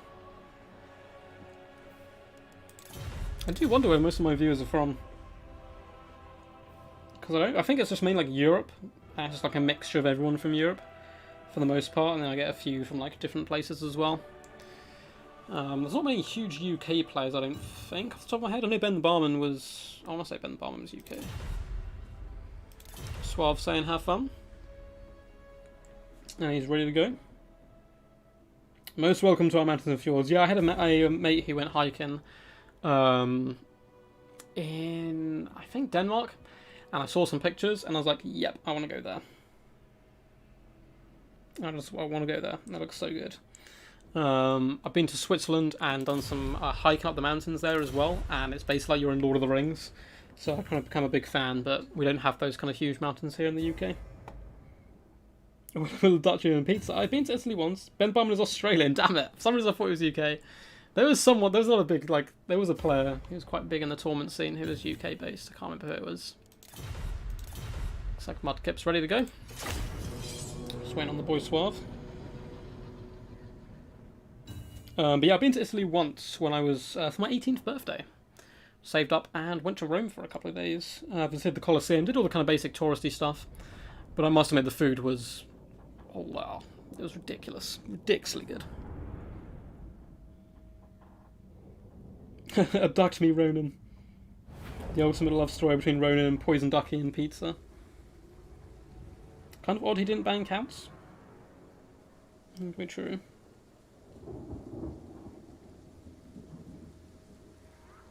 Denmark has gotten the less impressive nature. Oh, is this some like Swedish-Danish beef going on? I know there's a lot of like, I was chilling out, I used to know a Swedish girl down in Brighton. Chilled out of her. She's like the loveliest person, but as soon as it came to like Denmark, she was like, no, we hate them. I don't know why. I was like, I don't know. It's kind of funny.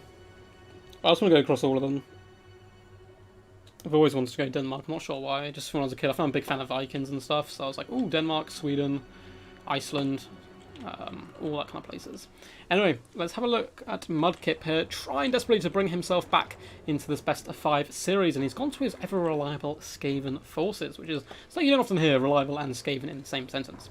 So it looks like in his main battle line we are going to have a ton of clan rats, as well as, no, just clan rats, clan rats into the actual sunset, and some Skaven slaves as well, the ultimate definition of cheap and cheerful.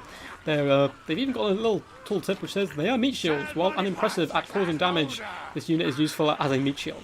So they're just going to be here to absorb damage, a bit more of a harder hitting and defensive kind of clan rat line, although again, they're pretty meat shieldy. And yeah, so basically gone super cheap with the infantry just trying to grind down his opponent. Let's have a look at the more hard hitters. We have a unit of Eshin Triads, a unit I'm a huge fan of and I don't think we see anywhere near enough of. Armor piercing, anti-large, weapon blades, they're so good. We also have double rattling gunners here, quite short range, but they do more damage the closer you get. We have a Grey Seal of Plague, what an awesome unit to see instead of Skrulk. We have Warpstorm Skrull, Vermintide, Bless of Filth, and Unholy Clamour, all that good stuff. Scorch, just awesome unit all round. Looks like he's going to be taking a nice defense approach over here in the trees. We have a ton of Rat Ogres as well hidden, and the Council Guard, Regiment of Renowned Storm Vermin, and it is so good in an army like Skaven who have low leadership to have an unbreakable central core. Now, for the forces of Chaos, we have some Chaos Warhounds who are about to have a very rude encounter early on, kind of a rude start to their day. Looks like we have more Warhounds as well. Over in the other flank, we have Horsemen as well. Horsemen and Hounds hidden in the trees. And it's going to be a standard wide rush here. We have a ton of Chaos Maulers in the front line who will happily chew through slaves and clan rats kind of all day. We have Chaos Spawn as well, 1, 2, 3, 4, so it's a pretty typical spawn rush. We have Chaos Warriors with Halberds, we have the Big Pigeon, as well as 2 Chaos Feral Manticores who can do some huge damage to this build, as long as they don't get caught by those rattling guns, because they will get decimated in 1 or 2 volleys. The Big Chicken down here is going to be coming in with a Scroll of Leeching, pretty fun to see, Plague of Frost and Searing Doom, so no Final Transmutation. And yeah, that looks pretty much it. Some Chaos Chariots as well to round out the build. Now, we need to be careful here that there's no kind of being too close to the white line, but it looks like he's going to advance straight away these Rogues, which is fine. There's kind of like a relatively big gap, but he needs to be careful, so I'm going to keep an eye on that. Chaos Warhounds are being chased away by the Rat Ogres, and these guys do manage to disappear, so the Rat Ogres are going to kind of give up on that pursuit early on. And yeah, Skaven forces are pursuing, which is fine. Oh, it looks like I missed the Natty Baby Sharpshooters cage. Really nice mix. I actually quite like this build quite a lot. You get the Sharpshooters to entice in the Chaos Forces, and then you come in, that's when you hit them with the Rattling Gunners and the like. Looks like for now, they're trying to focus down the Chaos Chariots. Suave is going to be taking it to the trees at the moment. And I'm going to let Mudkip know in a second that his Raugers can't block the line. Mudkip, just be careful of the white line.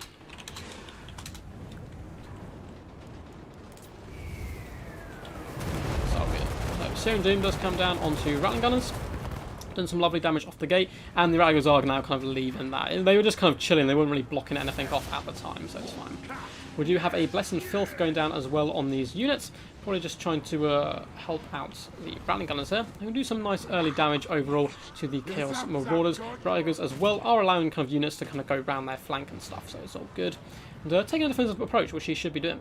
Chaos Warhounds are lurking as well, as the Chaos Spawn do bomb rush into the front line. They have a facing Eshin Triads. They're going to be very good at dealing with these guys and should be able to tear them apart very quickly. These guys only have 5 arms. With the weak blades, they can have 0. Chaos Warhounds do try and pop into the back line. Doing some decent damage to the Rattling Gunners as well with that Searing Doom. Chaos Spawn as well are starting to flood in. We're getting another Searing Doom as well, so this unit looks like it may well be taken offline. However, Rattling Gunners are decimating these Chaos Spawn in the front line. Ragos following up as well for a 1-2 punch. But a bit of a disaster. Chaos Feral Manticore has been allowed to swoop in. These Ragos need to shut down these Manticores because the Rattling Gunners, if they can survive, have so much power and punch it. More the Horsemen are starting to float up as well as the Chaos kind of noose does start to tighten around these Skaven forces. But it looks like they're starting to run out of steam a little bit. Chaos Spawn do go down here, and these Chaos Feral Manticores have been hit here by a Warpstone Scroll, as the Rattling Gunners need to escape it. Looks like Council Guard has managed to surround the other Chaos Feral Manticore, which is fantastic. It's going to get forced off, it's going to get broken, and it's very close to the edge, so it should be forced off for good. However, Chaos are forcing their way through this flimsy front line, to be honest. Breaking through, and the floodgates are open. A huge amount of Chaos forces now have free reign into the enemy line. Rattling Gunners are really going to struggle now to find a safe home, as Chaos Warhounds do flood into the back line as well. And this is looking really rough, in my opinion, for the forces of the Skaven. There's some very healthy Ragos which have unfortunately been forgotten in this back line. They need to get moving and help out. They can surround the Chaos Feral Manticore, they can help beat down Chaos Spawn, and they need to get going, basically. In the back we do have Clan Rats as well rallying. It looks like Ragos are finally coming in here. That's the Bobo Sharpshooters are still alive and well. Shooting in, trying to take down the chariots, it would seem, but unfortunately a Manticore is on them now. We have more Rattlers in the distance as well, so unfortunately Mudkip's micro has slipped a tiny bit here, which, it's much easier from a commentator's perspective to see this type of stuff. He's doing very good with micro throughout the tournament, so a slip up here and there is, fine. But it's just kind of happening at the key times.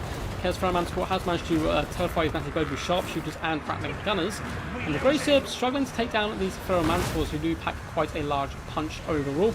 Council Guard are still going strong, balance power dead even at this point. Ragos do take the charge from the Chaos Spawn, but at least they're fighting again and they will beat down the Chaos Spawn pretty effectively. And Force of Chaos still going pretty good though. The Everwatcher is full health. We're going to get a lovely breath attack coming down here. Does some okay damage overall, just a little burst damage throughout the day. Council Guard holding firm, 25 kills, 74 models left. The Skaven need to win this flank here, basically, and rally some of these troops, but Clan Rats are gone. A couple more units did rally, but it looks like the Rattling Gunners were forced off earlier, and they're trying to rally to the Grey Seer here and drag down these Manticores, but they're pretty strong. Chaos Chariots in here as well. Rat Ogres are desperately trying their best to beat down the Manticores and force them off the field. A Searing Doom does come in once again, and we've seen Searing Doom multiple times throughout this tournament do some really good damage. Council Guard are down now just to 54 models and are simply being overwhelmed by the sheer mass of chaos here. We do have Clan Rats coming back to the battlefield, and there's once again kind of like some more units hidden in the trees which need to come back as quickly as possible, but of course Micro is focused elsewhere at the moment. The Manticore is being circle beaten to death here by the Rat Ogres, and it looks like he's going to break and be pushed off the field here, which is very good news for the Skaven forces. If they can now isolate the second one with the help of Rat Ogres and the Grey Seer, they'll be in pretty good shape as well, because a lot of what's left for Chaos is just basic Marauders and the like, and they can be dragged down by kind of single entities. Looks like these forces still are yet to be remembered, although they're quite beat up and they won't have too much impact per game, but that Rattling Gunner fire would be really lovely. Rat Ogres have now surrounded the second Feral Manticore, which is desperately trying to run for the hills, but they're going to be clobbering it from the back, and it looks like it may break here. Leadership is minus 14, minus 11, and it is gone, and it's surely going to be forced off the field here. The Grey Seer does have Plague of Rust on the moment, should be able to focus down these Chaos Chariots, and the Horsemen are running dangerously low on ammunition, and Mudkip scrapping his way back into this game with this death blob of Rat Ogres and Grey Seer, and there's no final transmutation to take these guys down late game. Unfortunately, there's some Rat Ogres who are terrified here, need to come back, as they'll be able to beat up both these Chaos Spawn, and to us, they'll be able to finish off most of the Chaos Spawn altogether. And can Skaven do this? Balance power has gone against them, but I actually think they're in a better situation than when it was above them. Quickly take these clan spears and chase off these marauders would be some fantastic value. Rattling gunners as well. I'm going to start loosening some shots into them at least, which is going to slow them down, so give them more time to rally, I suppose. But he needs to take advantage of these situations to chase these guys off. Over here, Eshin Triads doing a fantastic job helping take down Chaos Marauders, and the Skaven are doing it. They're trying their best. A beautiful Searing Doom, though, catches all of the remaining Rat Ogres. The Everwatcher here up to 70 kills, doing such decent work throughout the battle. But it's going to be tough. This last Manticore somehow managed to rally, and that's a bit of a disaster because these Rattling Gunners could have been used to great efficiency to help take down the Everwatcher if he's bogged down by enemy troops. So that Chaos Manticore being alive is quite nasty. Chaos Wards have fled here, so we have the Triads coming back with the Clan Rats, and even if you only have a few Triads, their weapon blades and all that kind of good abilities still obviously active. Council Guard have taken a beating for the Skaven Gods today. Up to one model left, and down he goes, but they fought bravely, holding a really solid centre pocket. Another Searing Doom coming in. These Ratogers need to try and avoid. They're trying their best to push through here. It looks like for the most part they managed to dodge, which is good micro coming in by Mudkip. He needs to focus down the Manticore now, leave the Everwatcher to the end, because he's going to take forever to kill. So focus down all the other units. At the same time, he does cause terror, which is going to be a big problem into the late game. Horsemen do rally, but a lovely summon of Clan Rats going to block down these Marauder Horsemen who do instantly flee. The micro from these guys today has been pretty on point. Clan Rats as well rally into the field. This is such a close game. The Grey Seer is getting very low, and the Manticore does rout. But once again, he's probably going to come back here. And the Rat Ogres are now going to simple circle beat down the Everwatcher as much as possible. Someone's doing a decent job as well. It looks like Suave is trying his hardest to snipe out this Grey Seer. The Grey Seer relatively tanky, at least for a Skaven Lord. 1,400 health left. Rat Ogres are doing decent damage this entire time as well. But nice play by Suave, using his Marauder Horsemen as well to chase down Rat Ogres and just simply charge down any units which can come in and give any mass to the Skaven force. Manticore has been shattered, which is really useful for Mudkip and the Skaven here. And I think the Everwatcher may just get beat to death here. Honestly, the Grey Seer is going to be fleeing once again, doing some nice cycle charging and the like. And once his horsemen go down, he will have to stay in combat. Grey Seer, though, is getting danger low. Plague Rust has been popped on him. He needs to keep moving and falling back through these Rat Ogres. It looks like Rat Ogres are chasing away horsemen for the most part. Chaos Marauders are coming back to the field as well, as the big old chicken is still getting beaten down by Rat Ogres, but their leadership is dangerously low. They're very beat up and they're very weak, and they are, can be hit by terror. Oh, this could be perfectly well-timed Scorch coming down here. Really lovely cast. That might actually break these Chaos Marauders here, and it does shatters them completely. Raw Horsemen look like they're close to going down as well. Now, if there's a Searing Doom left, that can be well placed on top of these Rat Ogres. Chaos can still win this, so anyone's game, 10 minutes into a game, it's been fantastic. The Triads are here, though, which is really good, because they're going to be coming with those Weeping Blades on the Everwatcher, helping these Rat Ogres beat them down even more. And it looks like, is it just the Everwatcher left? These Horsemen may rally, but apart from that, it is just the Everwatcher. Unfortunately for him, he's just going to have to stick and fight this. Maybe he's got one more Searing Doom, wait for the Grey Seer to come in for another attack, and then just Searing Doom all these guys down. Is probably a decent play, but it looks like he's not going to give him that opportunity. Horsemen are coming back to the main battle as well. Everwatcher down to 1,200 health. Balance power is nearly at army losses, though, so these Horsemen are probably going to break in a second with one more 2 hits on the Everwatcher. This has been a mad game. Pretty crazy to cast, so Horsemen have been shattered, and that is going to be a fight back from Mudkip. You can't get much closer than this. A Grey Seer with 900 health, a few straggling Rat Ogres, and some Eshin Triads, or yeah, they are Eshin Triads, aren't they? I always think of the Ishku Triads. I think coming in really clutch with their Weeping Blades, pulling people down, and sealing victory there. That was insane. Hey, Ishmael Futurist. It's cool that you want Meadow with free. Please don't spam chat though, otherwise the mods will ban you. But hello, welcome to the stream, regardless, and hope you do enjoy the fantasy content as well. So Mudkip doing a fantastic job there. His Rattling Gunners did some good damage early on onto Chaos Spawn and the like, but his backline did get shut down pretty effectively by Suave, and he's proven to be quite a nemesis to Mudkip and getting into those back lines, but the Rat Ogre combination rallying to the Grey Seer and a mixture of the Eshin Triads and Cancel Guard as well stuck out, and they had really good answers, you know, the Chaos Spawn and Manscore, and I liked the Seer and Doom play from the Everwatcher, certainly, you know, packing a punch. GG can't get much closer than that. We are going to be sticking over now to Warpstone Mine. So this is going to be really kind of pressuring these guys and their knowledge of different factions, because you can only obviously play a faction once.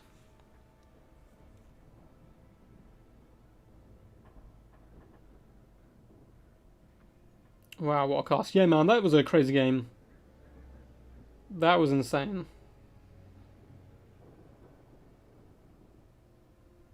What's up, Zachary? Yeah, you saw your Rat Boys.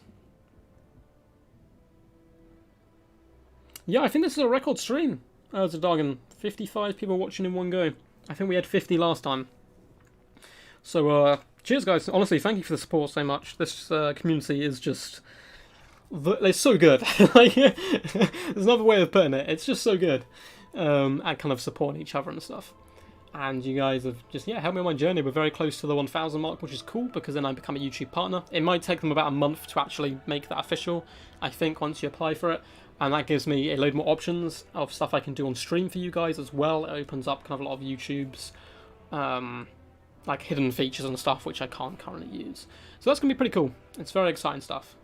And I'm now also like a content creator for CA, or like an official one or whatever, so I get to bring you guys like a little bit of content a little bit early, not as early as like the big guns. You have to hit, I think, 8,000 subs-ish before they consider you for that, but like a week before releasing the stuff, I should now be able to give you guys content on Total Warhammer stuff, which is all down to you guys in the first place. So yeah, massive shout out to you boys. If you're enjoying as well, just show some love, hit that thumbs up, hit that subscribe button if you haven't already, and we'll continue to get bigger, hopefully. Anyway, enough of me plugging myself and getting all soppy. Mudkip is going High Elves and banning Empire and Bretonia. Gonna be some good stuff. How often do you organise tournaments? So at the moment I've kind of gone down to one stream a week.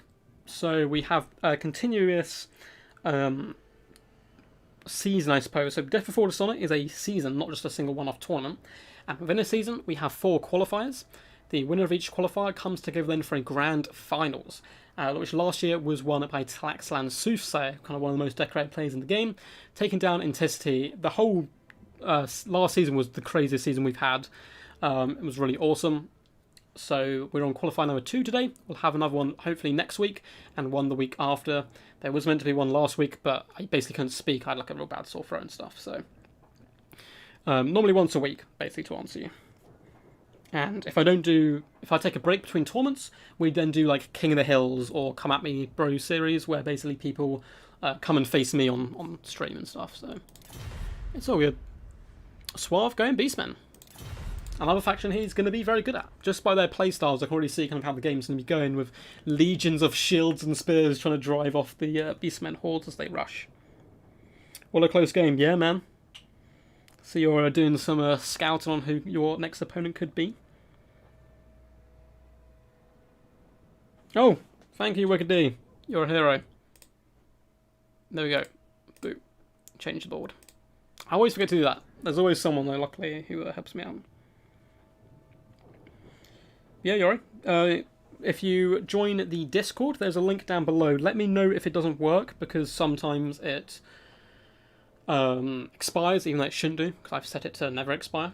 So if you can join the Discord there, that's where I announce all my tournaments and stuff. And yeah, you can play. It's open to everyone, as long as you're not a knob, basically. As long as you know you're not like a pain to anyone, or rude to anyone, or kind of bad sportsmanship, then you can always play regardless of skill level. So we have brand new players coming into the game, we have experienced players coming into the game, and I think honestly that's the best way to get better as well. If anyone out there is new, feel free to hop on, play against better players. It makes you improve so much. I'm still not like the world's greatest player. I'm consistently inconsistent is my problem. On my day, I've managed to take down some of the top players in the game, but I can't do that on a consistent basis. But I'm a far better player now than I was, last year when I started playing the game. So practice makes perfect. Let's have a little drink while these guys sell their builds. Who's your money on? I think Suave can take this game, or is Mudkip going to run Rampage? So after this, Suave still has a few decent rush factions left. He hasn't played Greenskins yet, who can certainly do bits. Kind of sad we haven't seen any Dowie yet. I don't know if Mudkip actually does play Dowie. I'm just thinking because playstyle-wise it kind of makes sense. No Dowie, no Lizardmen. No Lizardmen the entire semi-finals or finals, I don't think, which is really sad. I'm an ODM man. Man, yeah, we got a lot of ODM. ODM's really cool. I can see you being in the top 20 or 30. As in content producing? Or as in playing? I don't know, man. I'm really not that great. Like, it's just on my day I'm really good. I'm just really inconsistent. I'm not sure how to solve that. I think it's just certain days I'm like switched on more. Like, I did Red Legion's tournament the other day, and I just got on a roll. Like, I hadn't played in a while. Played Red Legion, took him down 2-1, but I was relatively comfortable in the 2 games I won, so it wasn't too bad. And then I came against Poison Ducky, who I am like neck and neck with on skill level, I think. I managed to win, but it was like the greatest set of games I've ever seen. Like, every game was close. There wasn't a single one which was like a whitewash. If we'd gone like 3-2 to one of us in the best of 5, it would have been one of the best of 5s I'd ever witnessed.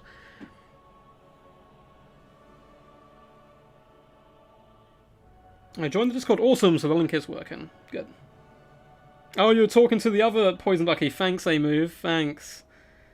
Thanks, dude. I appreciate the support. Nah, I'm joking. I think I've only managed to beat A-Move once. He's much better than me, but I see you in the top 4,000 one day. Yeah, no, I've only been A-Move once, I think. I didn't know it was A-Move at the time, so perhaps that's part of it. Maybe it's psychological. Anyway, let's go have a look at Mudkip's forces on this glorious map, by the way. Can we take a second to appreciate Creative Assembly's designing of maps? Some of them which aren't competitive, phenomenal, but this one is both pretty competitive and just glorious to look at. So for the forces of Mudkip, as to be expected, oh my god, triple Phoenix Guard, not to be expected. Awesome. So triple Phoenix Guard, Halberd unit, they pretty much fight to the death. They're quite similar to Temper Guard in a way, but obviously less cool because they're not lizards, unfortunately. But we have double Sylvan Guard as well in the front line. This is pretty hardcore. We have Lothran Sea Guard as well in that centre pocket.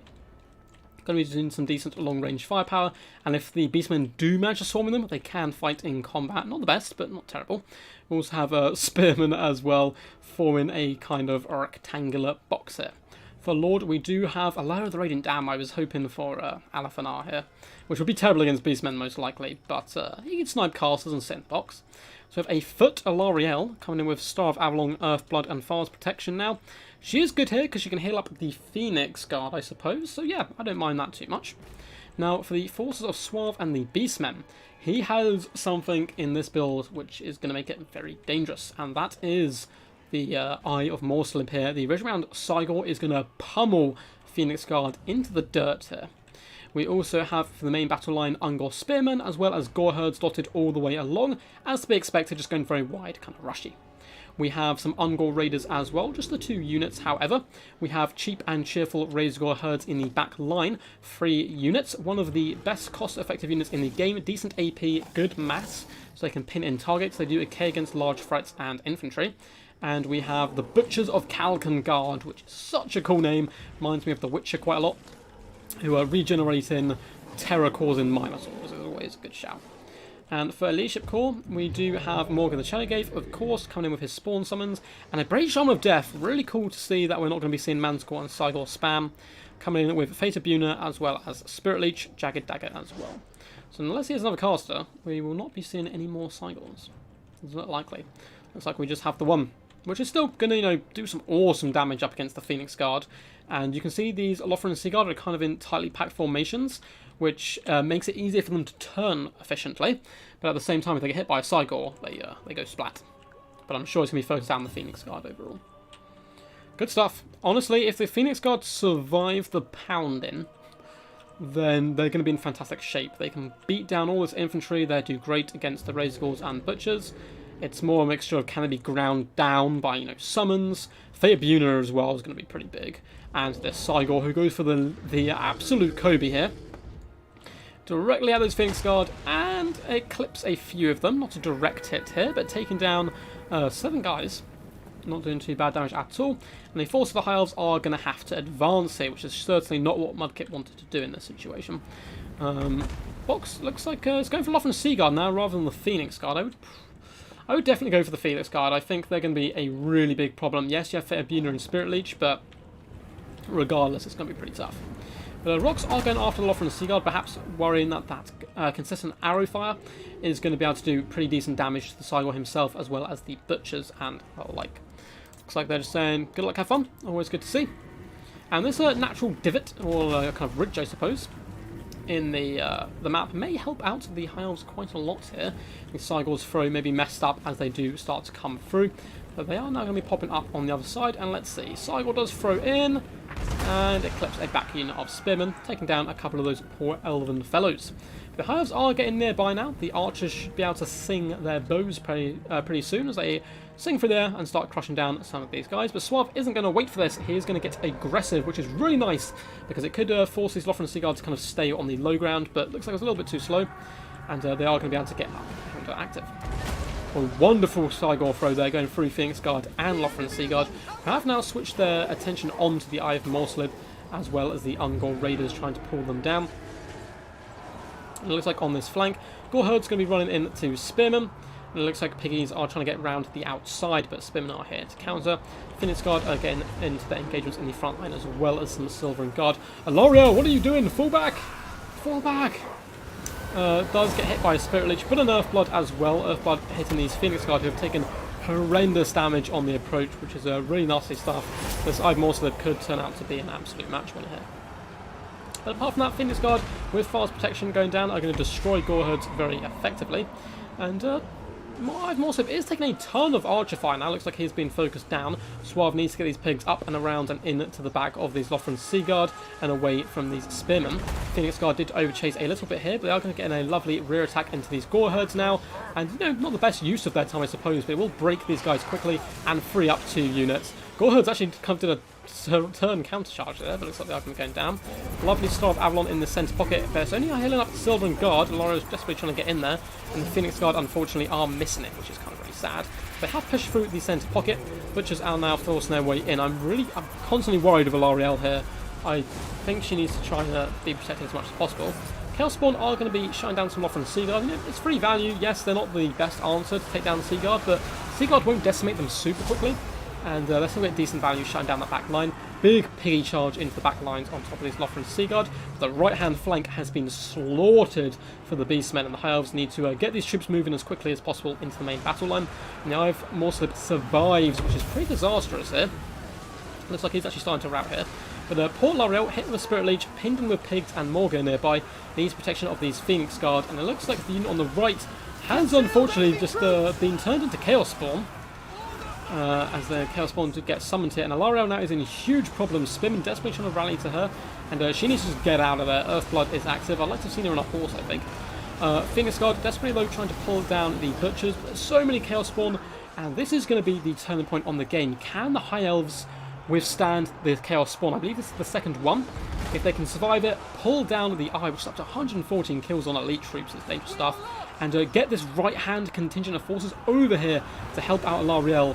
The High Elves are certainly in a fantastic position with all the Phoenix Guard, but if these summons can beat down Alariel, force her to her knees and kind of crack her skull open basically, then the High Elves may lose this game simply by getting their character sniped and a lot of their troops being broken off by these terrifying monsters. Lothran Seaguard are dealing with some Razorgors with relatively good efficiency, as Spearmen push back Goreherds and more Spearmen as well force their way into the back line. This Cygor rally with 1,000 health is really detrimental though to the High Elf cause. Laro has been hit by a warp gaze as well, so she can no longer move, and she is getting beat on here by the combination of Morg on the Shadow Gaze and the Grey Shaman. She's desperately trying to flee, but she is routing from the field now. If she can rally and get some decent hills, there's certainly a way back in this for Mudkip. But it's looking a little bleak right now, as the Butchers still have 12 models. They're going to regen up as well. They're going to do some lovely cycle charge in the late game. There's a lot of Phoenix Guard around as well, but L'Oreal unfortunately cannot heal herself when she is routing. And a decent Spirit Leech there as well. It's probably going to finish her off here. And with that, I feel like the High Elf Leadership is just going to break to all these terrifying monsters. There's a lot of Phoenix Guards still left fighting, but L'Oreal does succumb to her wounds there and go down. And with the Butchers, who are simply going to regenerate all of this health right here, because they still have their maximum health kitty, they can just be used, I would use honestly, to like chase off units for now, break units, and late game you want to pounce them on top of the Phoenix Guard.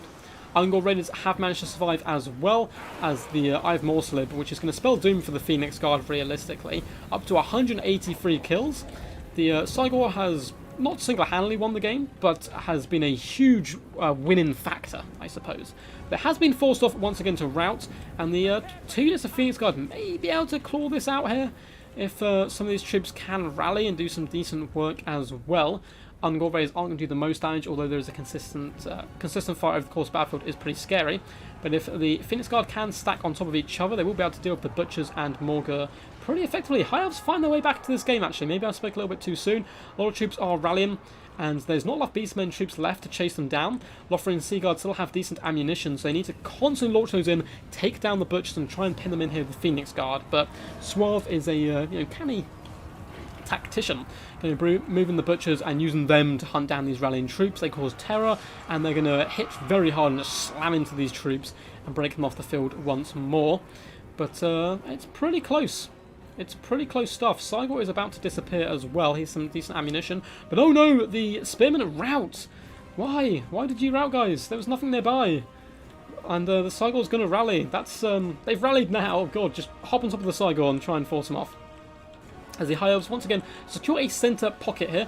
Morgan's very healthy, but he's used up all his summons, and it looks like the Ungor Raiders are nearly out of ammunition. Phoenix Guard, we have 62 here with Chevron on them, and 60 here, which is pretty good stuff. Ungor Raiders need to be forced back, and good focus fire by Lothar and Seaguard as well to try and break them, although the Butcher of Calgar play has been very good here.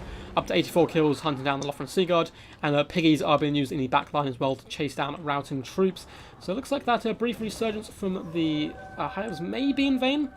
The I've Morslib has been shattered here. We have more Spearmen coming back for the cause, and Ungor Raiders could be forced off here. Phoenix Guard taken huge damage, unfortunately, from the consistent fire, and in fact may break here. If a L'Oreal had simply survived, I think the High Elves would be in a very good position here. Star of Avalon, healing up Phoenix Guard, but they've been terrified here, and are going to be fleeing for the hills. And it's looking a little rough as the balance power is forcing its way dangerously close to army losses. But again, lots of units are rallying. Lothar and Seaguard need to turn and engage, try and break these Razorgore herds and bring back these units. We do have Spearmen making a long trek back as well, but some healthy ones have emerged too. We have the Phoenix Guard desperately making a stand here, 60 models, but being completely surrounded, and lacking leadership is going to be pretty bad for them. And the other unit of Phoenix Guard is going to get forced off by the Butchers of Calkengard. So I don't see there being much way back into this game. Spearmen have surrounded the Ungors now, and the Phoenix Guard will be able to kind of solo this, but it's just a simple amount of troops they're going to get ground down. And yes, they're anti-large and elite troops, but saturated on top, the Butchers of Calkengard are probably just going to crump this force and tear around off the forces, I'm afraid. Yeah, coming in here, 143 kills, beating these guys down pretty effectively. Morgo as well is still full health, which is really going to help balance power. Spearmen need to rally and come back to the main fray. But yeah, Butchers seem to be doing some nice cycle charging and then popping down and destroying kind of routing troops and the like. Phoenix Guard have chevroned up once more. 50 of them are left, but not too much HP at this point. And they're kind of struggling to take down the remainder of the enemy.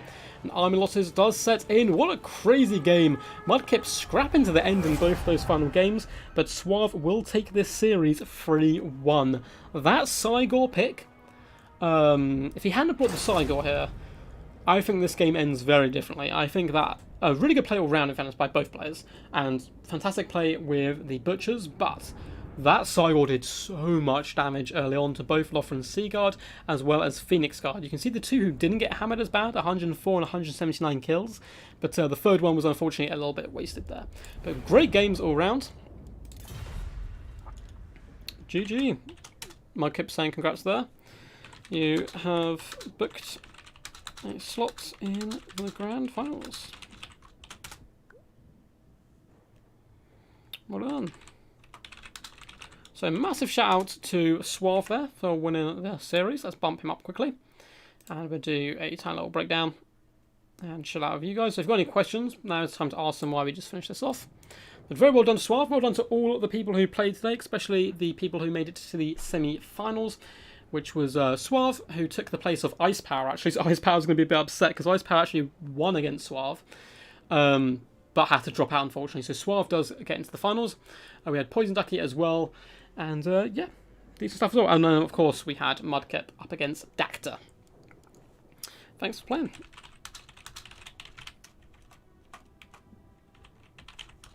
Cool. I'm going to go devour my body weight in the pizza, I believe. But GG's. Good luck to them in the finals. Yeah, man, Suave played out of his skin today, honestly. Really well played, I think. It was an interesting matchup. I think his style countered Mudkip's quite a lot. Mudkip loving that defensive approach, and that's what Suave wants. He wants to, get in there, crack a box open, and do some decent work. He doesn't like kind of being skirmished, I suppose. So it was a really interesting all-round, a super fun set of games. Well played to everyone. And I'm just going to chat with you guys for a couple of minutes before we do close the stream. So any questions, please ask them now. And a massive shout out to you guys as well for tuning in, as always, and supporting. It's really crazy stuff. The Cygor is blind and had to... That boulder, yeah, Max, that was crazy stuff. That was really crazy stuff. Thank you for linking the Discord, Wickedy. Thank you. Thanks for the stream. No worries, guys. Thank you for tuning in. You're the guys who make this worth it. Otherwise, I would be sitting in the room talking to myself. Which I do anyway. But, I'd be playing a game and talking to myself. Peace out, Yori. Thank you for tuning in, man. And thank you, Sai Man. Love the name. And thank you for finding the channel, I suppose. Yeah, feel free to... We do all things Total War. Focusing mainly on multiplayer aspect of Total War. But also do campaign stuff and breakdowns and lists and stuff as well. But like there's no questions. Thank you guys for tuning in as always. So peace, stay awesome, and once again, if you do want to join in tournaments like this, there is a link to Discord down below, as well as links to kind of Patreon and donations and all that stuff if you want to support the channel in any other way. But no pressure to do that. The main thing is you guys turned up and enjoyed the the show. So anyway, guys, peace out and see you soon.